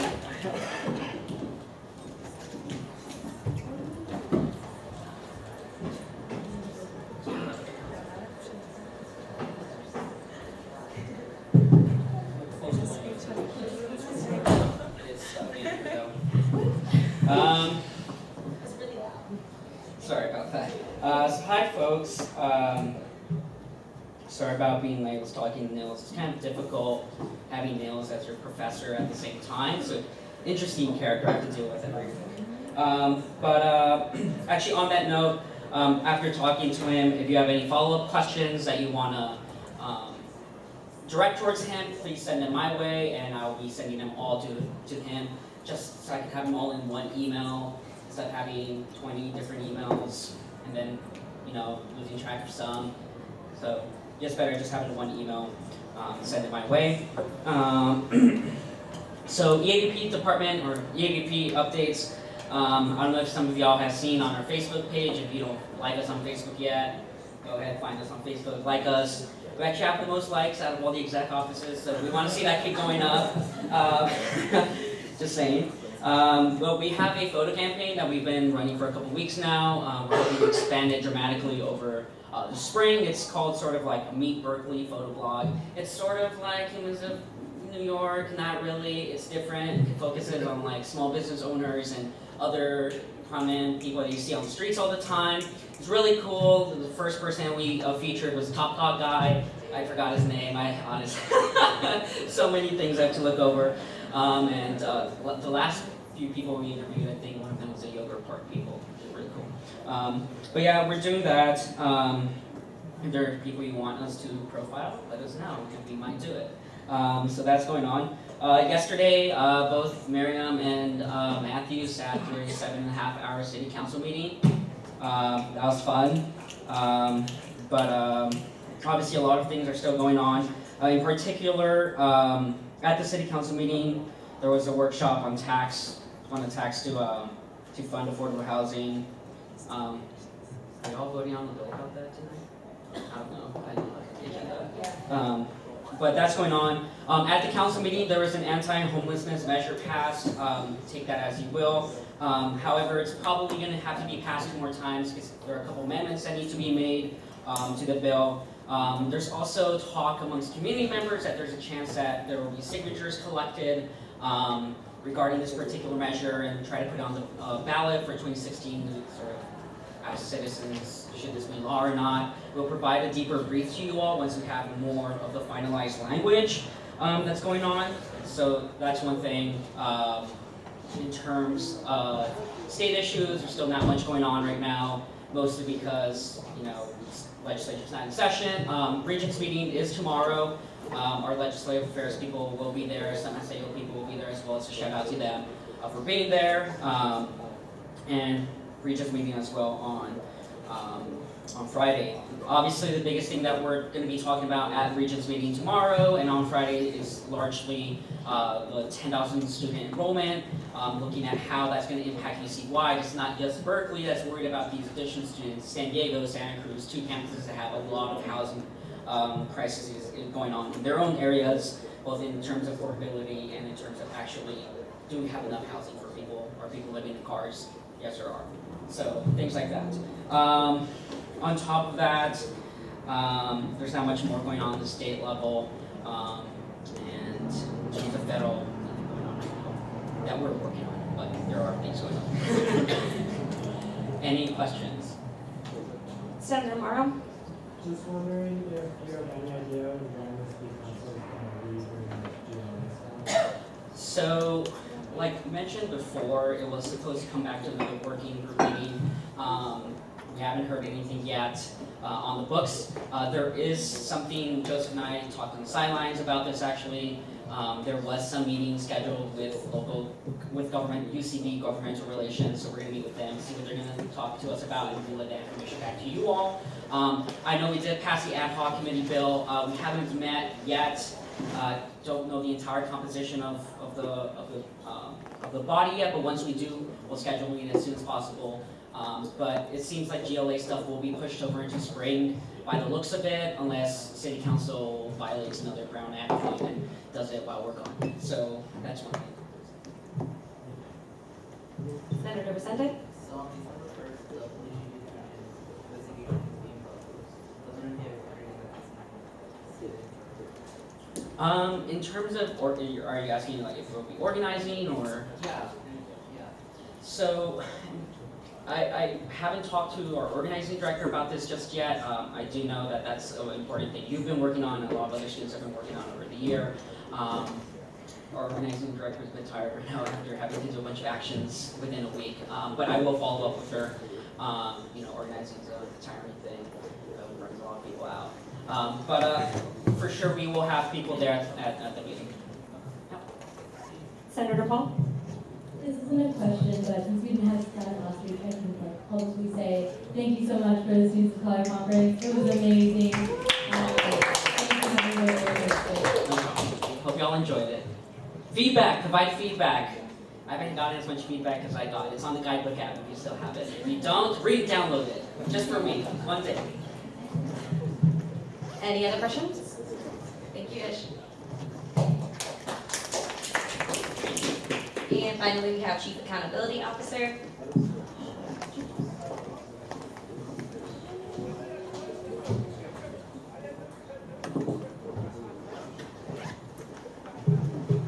Hi everyone, it's been a while. Hope you're doing okay. So thanks everyone for turning in regular reports for this week. I'm just missing reports from the Attorney General and EAVP office, but otherwise it's all good. And so then the media reports are also due this Friday night, and so I've received like a good portion of them, like almost half of the media reports from everyone. But yeah, just remember to write them in blog post style and then get them in by this Friday at midnight. It's, to clarify again, it's separate from what Tony was talking about. This is a separate report on CalLink. So yeah, just submit them to me and I'll let you know if you're missing them. Okay? Questions? Senator Dean? The media reports are the media reports that they delete the email, right? Yeah, in the previous email, and I'll send you another reminder email like tomorrow. Well, thank you. Any other questions? All right, thank you. Okay, thanks, Alex. So before we move on to Senate committee reports, since we are on the topic of ASUC official reports by elected officials, I want to just remind you all, we are at our basically the end of the semester, and I want you to just think about your elected officials and your chief officials and just how your interactions have been with them. It's really important that all of you also recognize that as a Senate, you are the governing body and that all decisions lie within you. And so if there are any officers that have or have not been doing their work, please recognize that it is up to you as senators to bring that up, not for me to bring that up, not for any of the other elected officials to bring that up. So have those conversations within yourselves. But I would urge you all, I think that all the people that gave reports today were awesome and fantastic and they're always here, but I would also say that there has been a lack of presence from some offices as well for elected and appointed. Great. So you can talk to me offline, but I'm really going to encourage you as 20 senators, it's your job to hold all of us accountable. Moving on to Senate committee reports. First up, we have Governance and Internal Affairs Committee Chair Morrow. Yeah, so I'm super proud of my committee. It took 2 super long meetings, one official, one unofficial, but we slogged our way through and got a SR22 ASUC Enterprises and Strategic Planning Committee bill passed through committee. Just because the topic of the most discussion during the committee meeting was membership, I'm going to go over what we finalized, and this was something that we passed by unanimous consent in the committee. So the voting members of the committee will be the president, the EVP, the CFO, the attorney general, and then 3 senators to be nominated by the CFO, appointed by a 2/3 vote of the Senate. Of those senators, at least 1 shall be from FICOM, 1 shall be from GovCom, and preference shall be given to senators who have the interest or ability to potentially serve a 2nd year, and the CFO shall work to ensure that the makeup of the committee represents a broad range of political views. Additionally, there will be 2 members at large to be nominated by a 2/3 vote of the Senate. In the first year of this, while it's still being kind of formed, the CFO will nominate them. But after that, preference shall be given to the at-large applicants in the order of those who have previously served on the committee, who have direct experience working on ASUC enterprises, or who have general experience related to enterprise operations. And the CFO will be the chair of the committee. I think Samaya's going to address one financial related thing in this, but we all spent a long, long time working on it, so feel free to ask any of us if you have any further questions. Next, we have External and University Affairs Committee Chair Banks. Hey y'all, so we passed the bills that, we passed those bills about 2 years ago. We passed the bill about, business code, and then, but yeah, we passed bills. Oh yeah, we pretty much passed all these bills, as always. And they were great bills, so yeah, nobody reached out to us, so I expect that y'all liked it. Moving on to Finance Committee Chair Dean. Hi everybody, so we actually did not have student groups come in this week. We discussed AOF funding and STFC funding, aka Senator Prasad Advocate Initiative. We also discussed our relationship slash possible sponsorship with ISC and the Pan-Hellenic group, and also the tentative timeline of ASUC for budgeting, and to answer the questions that GovCom had about financials regarding SR22. They were curious to hear how we all came up with the $5,000 amount for the revenue generating units per vision and enterprise bill. And the reason why we came up with that was because it was 10 times the senator's discretionary. We don't feel too strongly about it if anyone wanted to change it. And it was just because there was no need for the community to focus on small RGUs. Thank you. Moving on to the consent calendar, are there any items that need to be pulled?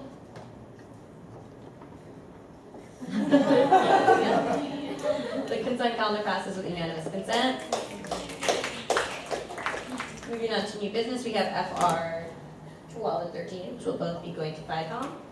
Nomination of Vivian Zhu as auditor to Elections Council by Elections Council will be going to consent calendar. Nomination of Zhenrong Shi as prosecutor to Elections Council by Elections Council will be going to consent calendar. Nomination of Lin Sha Shi as assistant chair to Elections Council by Elections Council will be going to consent calendar. Moving on to announcements and. Could you just repeat where SR 15, 16 will be going? Yeah. Oh, 34. You know what? It's SR 34 ACC iClicker initiative will be going to FICOM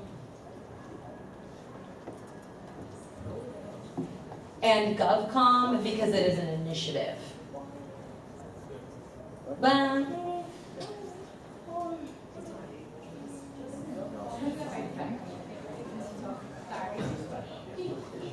Senator Prasad, what are you trying to pass this by?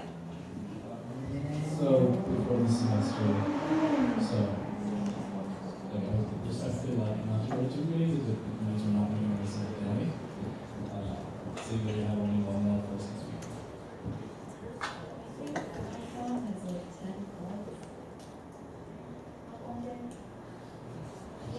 And we talked about it briefly at the last meeting. No. It's not about FICOM. It's the fact that this is an initiative.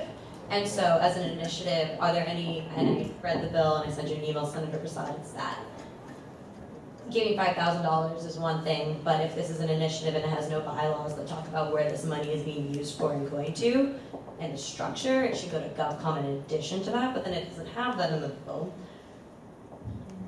So, it can't only go to government, it must go to FICOM for passing, if that's what you're trying to do.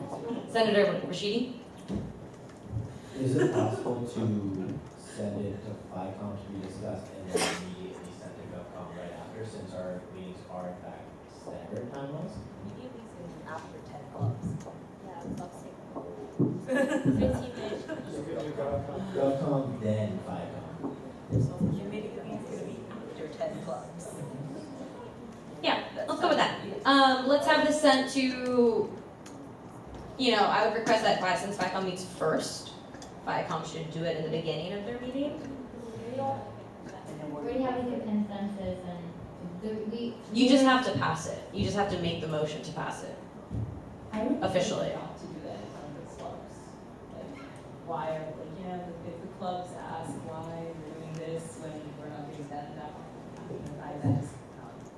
You just have to pass it, saying you passed the bill. You don't need to talk about it.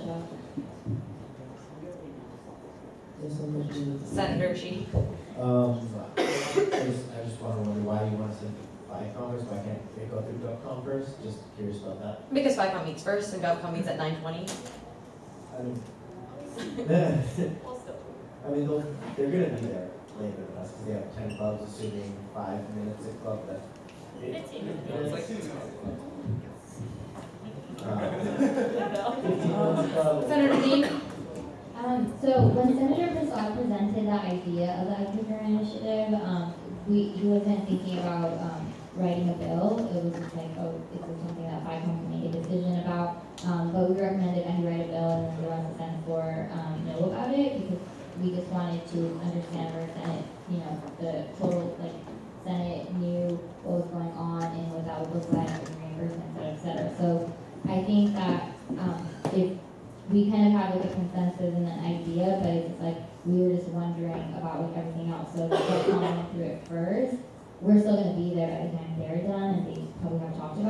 then we can like make an actual decision. Whereas like if we just pass it and then GovCom goes through it, what if it's a problem? Alright, so GovCom, what I recommend that you do is have this first on your agenda, or for recording secretary, if you just put it first on the agenda, that would be good. No, you can't do that. It has to go to FICOM first. It cannot be in two committees at the same time, and if both committees are meeting at the same time, that is not allowed. So FICOM, you can do it, and then GovCom will start after you've already passed it. But if you, both of you are actively started at the same time, that's like, where's Alan? It's not allowed to be sending it on the same day. So we're gonna go send it to FICOM. All you have to do is make a motion to pass it. You don't need to go into details if you don't want to say $5,000 in front of other student orgs. But that's up to you all, and then it will go to GovCom on the same day. Otherwise, it's not gonna pass this semester. Moving on to discussion about the next Senate meeting. So I want to get a raise of hands, please, for who will be attending next meeting. Yes.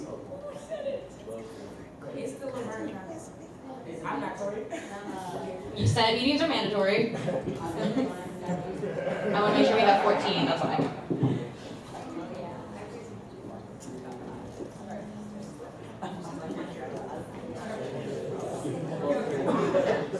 Does anyone know if Alicia Lau and Anshul Chugh will be going? Because we have 13 right now, raised hands. Yeah, they'll probably. They're absent. Alright, great. So we'll see everyone next Wednesday. Moving on to 2 Wednesdays. Have a good Thanksgiving. And moving on to announcements. We're going to start with Senator Bates today.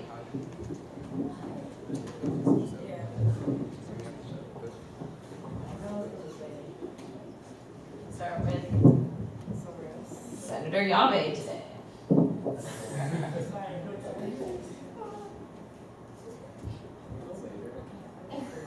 Senator Burns. Okay, so Andre and I did get a grant application finally for EEF, that's not E's, right? And since there's only one grant and the deadline is in like tomorrow, or in a couple days, we just decided to put it over email, so that was really great. I'm glad we got to waste some information, or some of the money at least. CERT had a meeting on Friday. I don't think Senator Schuster was there, but after Halloween and after how we discussed how that went, we have started work on the amnesty policy to possibly be implemented within Senate student conduct.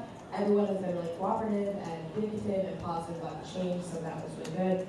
My office is, the LGBTQ Greek and online social went really well. Thank you all for your support. My office is trying to push out a safety climate survey for UC Village before the semester ends, but we're still getting input from student families, and so whenever we get input, we'll do that survey. And that'll just look at kind of residents of the village self-reporting how safe they feel they are and kind of what's happened to them. So that looks really good. I don't have anything else, so go Bears.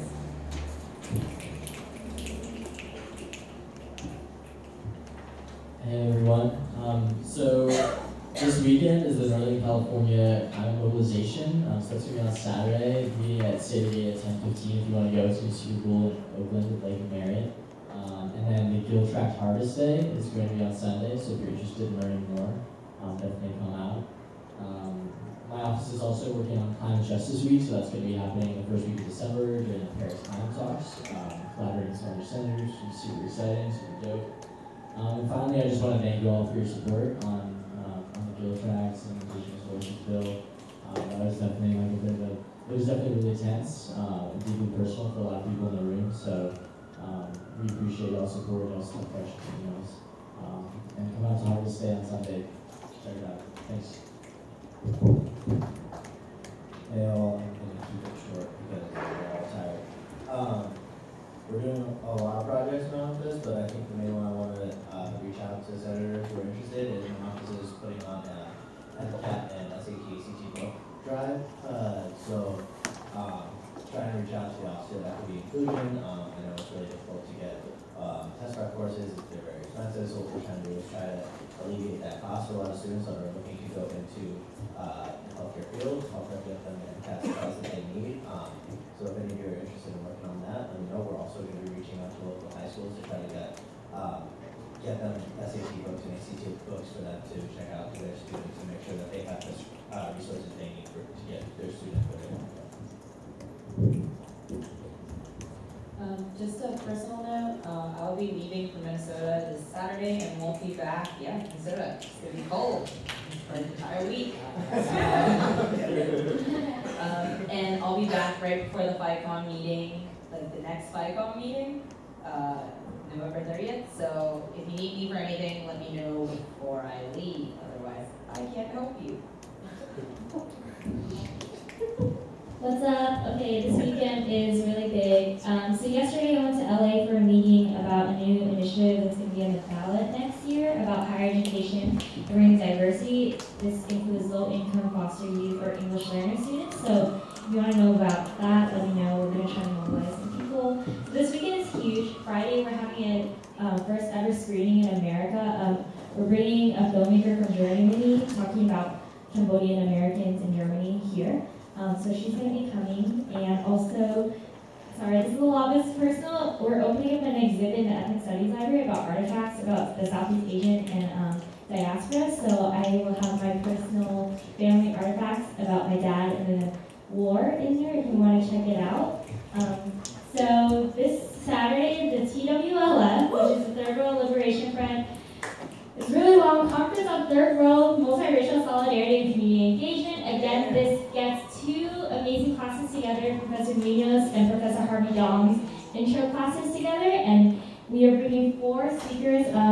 They were all part of the San Francisco State University and UC Berkeley Third World Liberation Strike. So that, again, this is the reason why we have the Multicultural Community Center. This is the reason why students fought for Center Race and Gender. This is the reason why I'm an Asian American Studies major. This is why I exist, kind of thing. And it's half of my college career. So again, check that out, free lunch and everything. I will send it out in my group me right now. And that evening we have API Community Giving. This is the API community's version of Thanksgiving. And so it's a potluck style. Yay, thank you. Learn about me this weekend. Hello everyone. So thank you for those who came out to EV Market. It was such a success. There were so many people there on this crowd. And then some of my office work, Thanksgiving programs work with video walls. We have like international 4E students to like local community families and also like Berkeley students families as well. And also, this week is International Education Week. So if you walk up crowd, you can see the ASUC tag and the flags on it. So that's, my office is doing a lot of work on that. So like we have the Second Impression launched Monday night. That was basically Humans of New York, but for like international students on campus to really present the stories on campus. And then World Food Fair that's happening. We just launched our events page with Andre. So yeah. Have a great week. Thanksgiving. Hi everyone, so this Friday we have Public Service Center. They're having their official open house. If you all want to drop by, it's like they'll have a little sandwich bar so you can get sandwiches, and then all the different organizations in there filled. But yeah, all of them will be there. It's like super informal, so you can drop by. If you have friends who are interested in learning about it, they can come by and learn more. It's this Friday at 12 to 3, 218 Ashland. Public Service Fund is 2 days from now. Yes. And then my office is working with a couple other service orders, so CK's Clinic, Red Cross, the service member, Habitat, to put on Poverty and Homelessness Symposium. And we're looking at February 20th or February 27th. I know last year it was on the same day as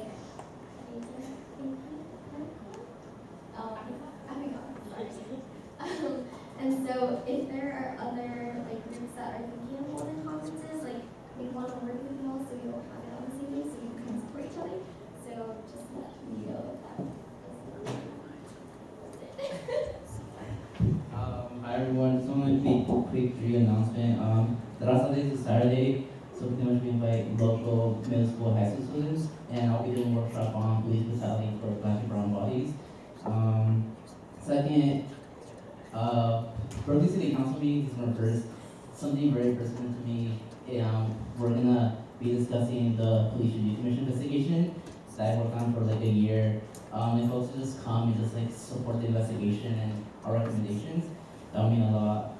Third, so my office is going house hunting.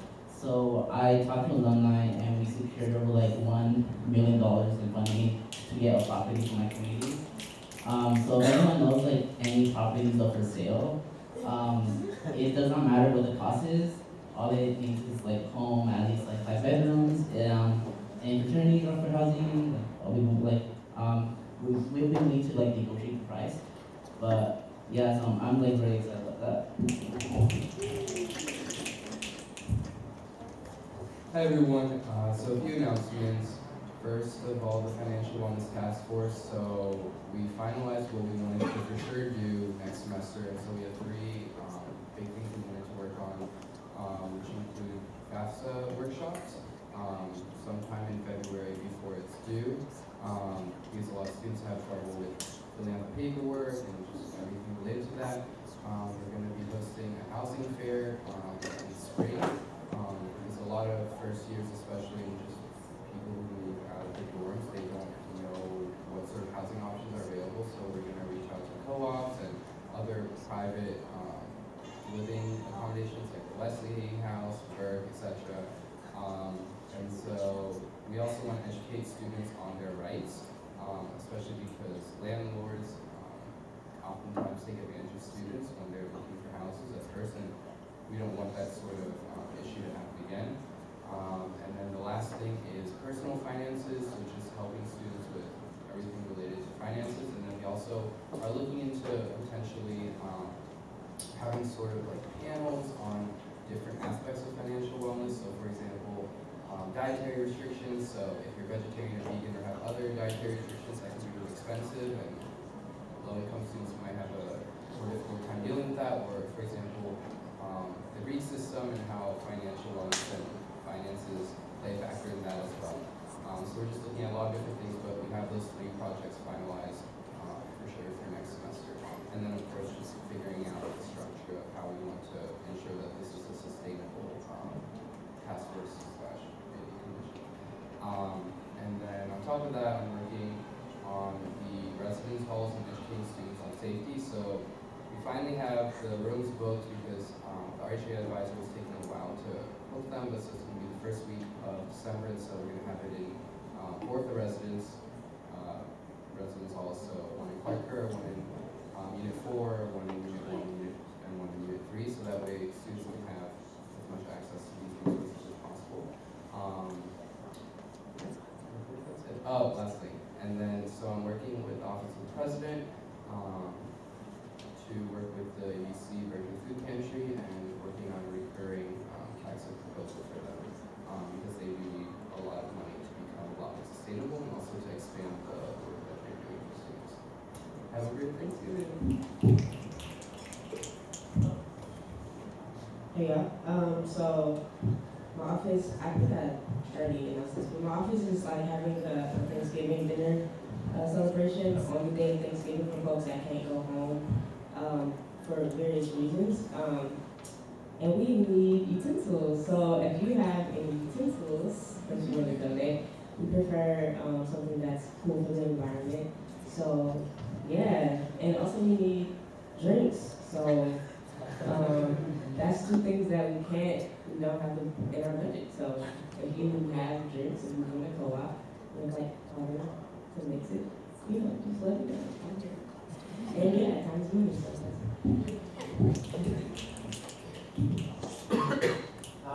So tomorrow, from 6:30 to 8:30 in College Ballroom, I believe, there's going to be a IFC Inclusion and Diversity workshop. I encourage something along those lines. I encourage everyone to show up, voice your opinions, whatnot, suggestions. This is a super cool first step for them, so that's exciting.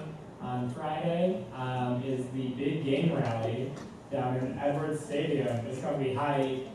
pyrotechnics, all that stuff. It's gonna be fun. Yeah, go to that. You'll hear the stories, a bunch of Cal history. It's great. And then Saturday is a big game. Beat Stanford. That'll be so fun. If not, that's still fun. We'll have a great time. Just a couple things to note for everybody. If you're going, it's a 7:30 p.m. kickoff, which means Caltrans will not be functioning likely when the game ends. So make sure to factor that into your transportation plan to be safe. Lastly, since we don't have a meeting tomorrow, or next week, I wanted to have a little bit longer of an announcement. In my family back in Minnesota, Thanksgiving dinner is super important, and it's an opportunity to express gratitude for everyone you interact with. You know, you gotta say thank you to everybody, right? And so I want to take this as an opportunity to quickly express what I'm thankful about every single one of you. So first, AD, your speech can amplify a collective voice. Today during the demonstration, I was so impressed by your capacity to leverage your rhetoric to ignite a collective energy. Never stop fighting for what you believe in. You're a natural leader. Jason, the work you've been doing this year to represent international students has been phenomenal. You have straight up put in work. And I was literally telling your staff members at your event this week how impressed I am by your office's professionalism and efficiency. Never undersell yourself because the work you have done is worth bragging about. Zoe. You know it goes without saying how much I care about you. You're more than a friend, you're a shoulder to lean on, and a smile to pick people up. Your positivity is infectious. Thank you for being my friend. Benedict, you should, for real, be like a professional dialogue facilitator. You have such an incredible capacity to empathize with others' experiences and also to help explain them to different people. Your explanatory skills and your calm demeanor are unteachable and have been so valuable in this ASUC space. Diana, I truly admire your strength of conviction. Your ability to stand by your beliefs and decisions and to justify them is beyond impressive. Never let anyone tell you otherwise. Karthik. You might be the most inquisitive person I've ever met. I feel like every time I've ever had a conversation with you, you think through everything you're going to say like 1,000 times before you say it. And your elocution reflects that thoughtfulness every single time you speak. Sumaya. You are a rock in a sea of turmoil and criticism. I feel like you have faced more unjustified external vitriol from people away from this campus than anybody else, and your ability to withstand this and straight up be confident and strong throughout that is admirable. You exude confidence, and combined with your compassion, you can achieve amazing things. Ria. You embody the art of logic. Your argumentation skills and tact in discourse truly is an art form. And I feel it derives itself from your induction skills. Trust me, I know I personally at least get nervous talking with you because I can tell I'm in the presence of an intellectual genius. Andre. I feel like if I looked up in the dictionary the definition of affability, I would find your picture.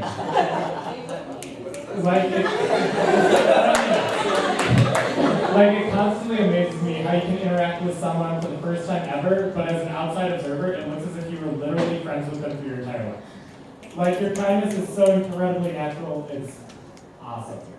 Sina. I feel like you're one of the most trustworthy people I've ever spoken with.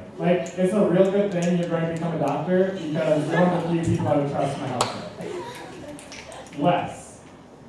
I feel like I would totally just sit in a park with you and listen to you describe the nature of it.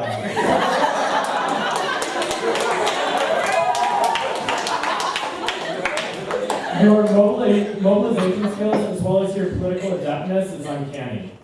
I would be shocked if I don't see you leading the environmental movement in the future or writing the next inconvenient truth. Grace. When you publicly revealed your status last year, I barely knew you, but I was immediately overwhelmed by your courage. Your courage in face of hatred, in face of a society and legal system trying to demonize you was inspiring. No matter what anyone tells you, your home is wherever you want it to be. Anshul, not up the live stream's on.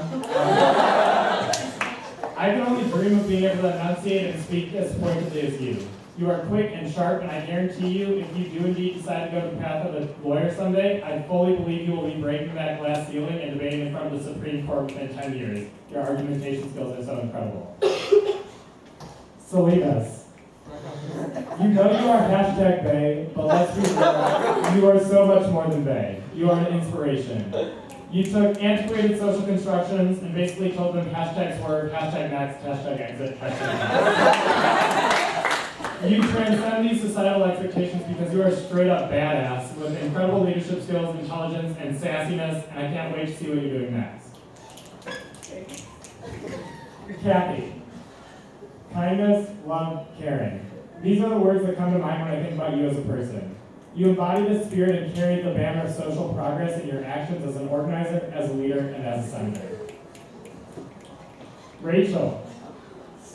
I can only dream of being a fraction as good of a listener as you. I feel like I can tell you literally anything at any time and you will genuinely listen and care about what I have to say. Thank you for all the times you have sat through some pointless monologue of mine. It really does mean a lot. Sheena, your story is powerful, but more powerful than your story is you. Your passion and enduring strength and love have and will continue to make positive, important change for individuals everywhere. I can't put into words how much I respect you and the work you have done. Boomer.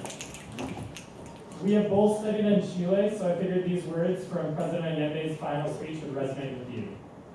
La historia es nuestra y la hacen los pueblos. Your skills in mobilization and organizing are second to none. Continue to fight for what you care about, and I've really appreciated our conversations on the subject offline. Alicia, I know you aren't here tonight, but if you're watching on the live stream, your personality is as perfect as your smile. If I need a boost of optimism in my life, I look to you. Your relentless optimism and positivity is so real, and for that fact, I know you'll get that internship you're interviewing for right now. Thank you all for letting me share in my, cheesy Minnesotan holiday tradition, and I wish all of you a safe and wonderful holiday. No more announcements. How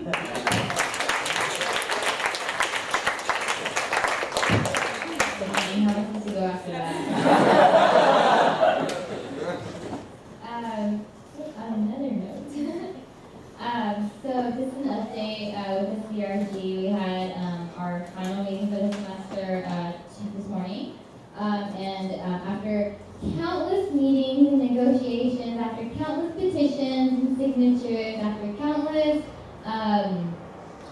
strategy meetings, and just a lot of work put in by amazing faculty, both grad students, staff, alumni, etc. We decided that the next step of the EDCP Cloud Skills Office should be convening a committee to review CRT situation and recommend where it should go.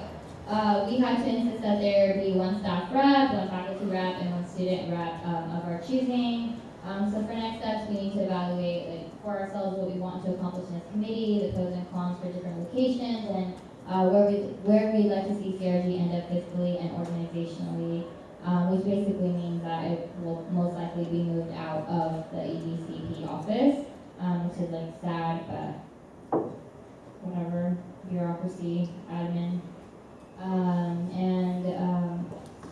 As for the MEMSA office itself, we are in the plans of development of a proposal and research, and going to be hopefully letting out a survey soon through the Office of E&I or even the Chancellor itself to discuss the needs and wants of the Swan and MEMSA community in order to hopefully one day then get an MSD office and think of a broader strategy of what safety and security looks like for MEMSA and Swan students on campus. And another thing is just offhand, in light of the Paris and Beirut, Lebanon, Nigeria attacks and the rampant spread of Islamophobia and anti-immigration rhetoric, I am going to be in conversation with other UC MEMSA SWANA leaders and what direct action looks like. So look out for that. And if you have any suggestions or anything like that, please let me know. We're just in the brainstorming that. Yeah, so have a happy Thanksgiving, have a happy time with your family that are on the same line. Yeah, and then I'm excited to see you in 2 weeks. Hi, so I kind of have a lot of announcements. First of all, on top of all the really exciting things happening on Saturday, the Mixed Student Union Fall Conference is also taking place on Saturday. The title is The Game of Language, Naming, Claiming, and Deconstructing. I'm really excited for that. So there is currently like no mixed studies. So this is really the only opportunity mixed students have to like engage with like faculty that usually aren't from this university or from other, we bring them out from like other schools to talk to us about like, you know, mixedness and academia and just like topics that a lot of mixed students like, are interested in. Additionally, I'm working with the BSC on having a cooperative housing fair, but it's specific to students that are leaving the co-ops. So helping them find additional co-op housing, not necessarily student co-op housing, but something that's also affordable for when they like finish their education here. In addition to that, I'm really excited for, in our BSC Experience and Training Committee, I worked with other board members to create a proposal for a consent peer education program. We currently have like consent talks in the houses, but they're on like a house level, and we wanted something BSC-wide, and that passed, so hopefully that'll pass at board as well. In addition to that, my office is having an event tomorrow. It's a first generation graduate student panel. It's in Bolt 100 from 6:30 to 7:30. It's facilitated by C3 Superstar Ruben. So that's really exciting, and they're also all women, so I hope you and like your community can come out. Also, I met with Finn Schneider, the director of There's That Care. We're going to collaborate on bystander intervention training for faculty and helping them navigate the role as mandatory reporters, but also as decent human beings and helping students out. Lastly, I want to affirm Hank for being here. Thank you so much for being here and everything your community has done. And I'm sorry that you and your community are constantly treated this way by the institution that we pay for. Okay, hi everyone. So this is like a really busy time for Berkeley dance community. It's like showcases and competitions, at least 2 every weekend. So it's super busy. So if you know a dancer, give them a pat on the back. It's a lot of work. And then my office hosts something that we call Preview Night, which is basically when all the dancers that are performing in outside spaces come and they share kind of like a giant dress rehearsal just to like increase like morale and sense of community. I wanted to give a shout out to my chief of staff, Kellyanne, who put it together all by herself, which is like amazing. There's some volleyball rooms, so it was like super fun and really successful. Like I mentioned a couple weeks ago, Cal TV approached me about creating a Berkeley Dance community documentary, kind of just like informing everybody what it's about. So we filmed that, and I got interviewed and I said like 7,000 times, so I can't wait to see that. The reservation policies for the performing arts rooms were finalized, so that's dope. And then the reservations officially open on 11/29, which is when I'm pretty sure this building goes 24/7. Am I correct? Yes. I'm doing this. Yeah. So that's really exciting. If you're ever in there, don't take the aux cord that's in there because it belongs to event services, but they're working on getting ones that are like screwable in so that they stay in there forever. So Dead Week workshops, we're doing a Dead Week workshop series. We're trying to increase it from like the 48 that we usually have to like 10, so mental health and studying and stuff. So that's going pretty well. Dance More meeting next week. Cowabunga night is on Saturday. There's going to be a ton of performances, and it's just like really good to celebrate culture. So try to come out that if you can. And then, as Senator Broom said, I did not go to this third meeting last Friday because I got food poisoning and I will never eat sushi again. So that's really fun. But in the spirit of CERC, make sure that you encourage all of your friends and constituents to party safe this weekend. Follow the campaign. Yes. Okay. Hi everyone. First off, thank you both for those kind words. So a couple updates real fast. Share the Bus is going really well. They opened up second buses for both Stanford and UCLA for Thanksgiving break. If anyone's still looking for rides, as Caltrain will not be servicing that late, please feel free to use them. Additionally, AOF is closing the grants really soon, and the Opportunity Fund. If you or any of your constituents still want to apply for it, please do. We'll have our meetings soon after, and they should be in their funding. Lastly, SDFC, the Student Technology Fee, is opening up its large-scale budget proposals, and they'll be closing sometime mid-December. December 15th, yes. And so, these are proposals for over $5,000. If you want to do that, let us know. And lastly, I hear that there's a social in the works. So Senator Adrianson and Senator Sweetness.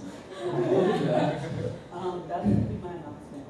I look forward to it. All right. Thanks, y'all. Have a good break. Please, no karaoke.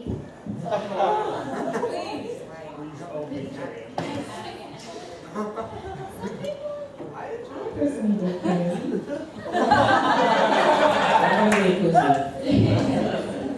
don't want to appreciate it. Two announcements from me, y'all. One, I'm really excited. So, folks from Rise, USP, Dreamhouse, and my office, we got together and we filled out the MLK space application, which we will be turning in tomorrow. And this is really exciting because USP, originally adopting the student program, has shared our office with EOP. And so, after we sent out a survey, the responses that we got were overwhelmingly like, we want to now have our own space, like the shared space is, it's uncomfortable, whatnot. So this is one step forward in better serving our community, and I'm just so excited about this. Secondly, some of y'all may know, but the Undocu API film screening that was supposed to happen today got canceled. I canceled it yesterday due to various reasons, such as Seth Rohilo, who is he's the director and film screener of Us, the movie that we're going to show. He had some personal problems, so he had to cancel his flight, which we respect that 100%. And then we just had a lot of room reservation things going on, so we decided to move the event to next semester, which next semester I'll be hosting my office.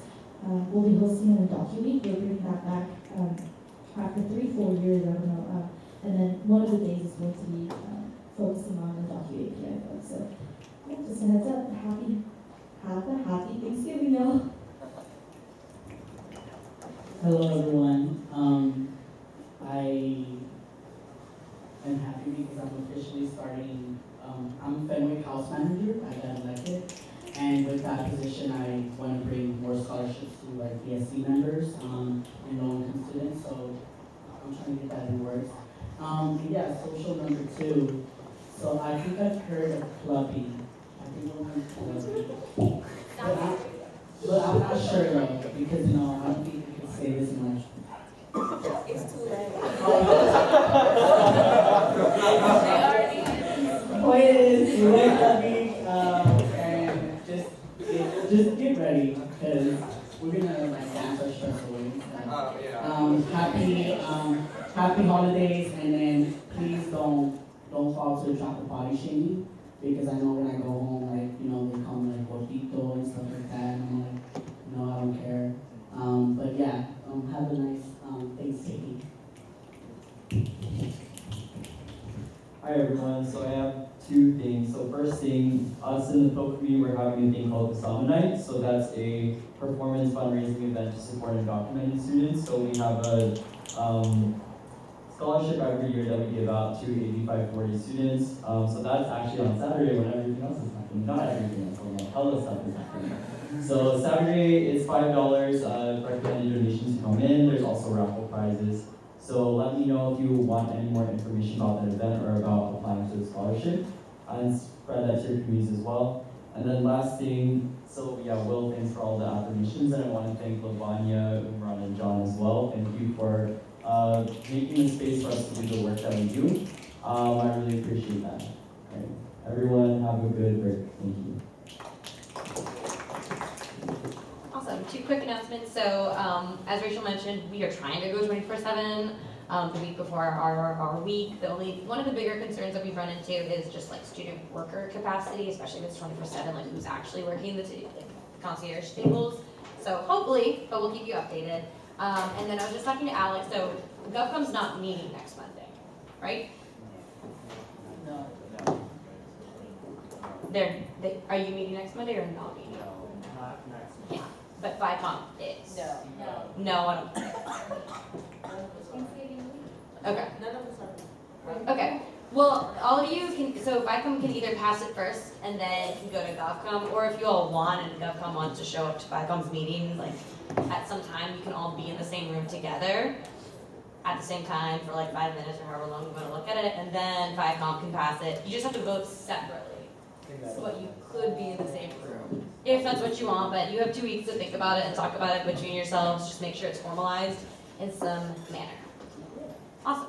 Moving on to final roll call, Will Morrow. Here. Sumaya Dean. Here. Sheena Paul. Here. Rachel Schuster. Here. Karthik Prasad. Present. Grace Hojun Kim. Present. Kwatima Salinas. Here. Bendith Yave. Here. Alicia Lau. Antal Chug. Zoe Bruns. Here. Wes Adrianson. Sina Rashidi. Here. Rita Cho. Kathy Tran. Here. Jason Tang. Here. Diana Nguyen. Here. Boomer Vicente. Andre Liu. Here. Alana Banks. Alicia Lau. Antal Chug. I adjourn this meeting at 10:24 p.m.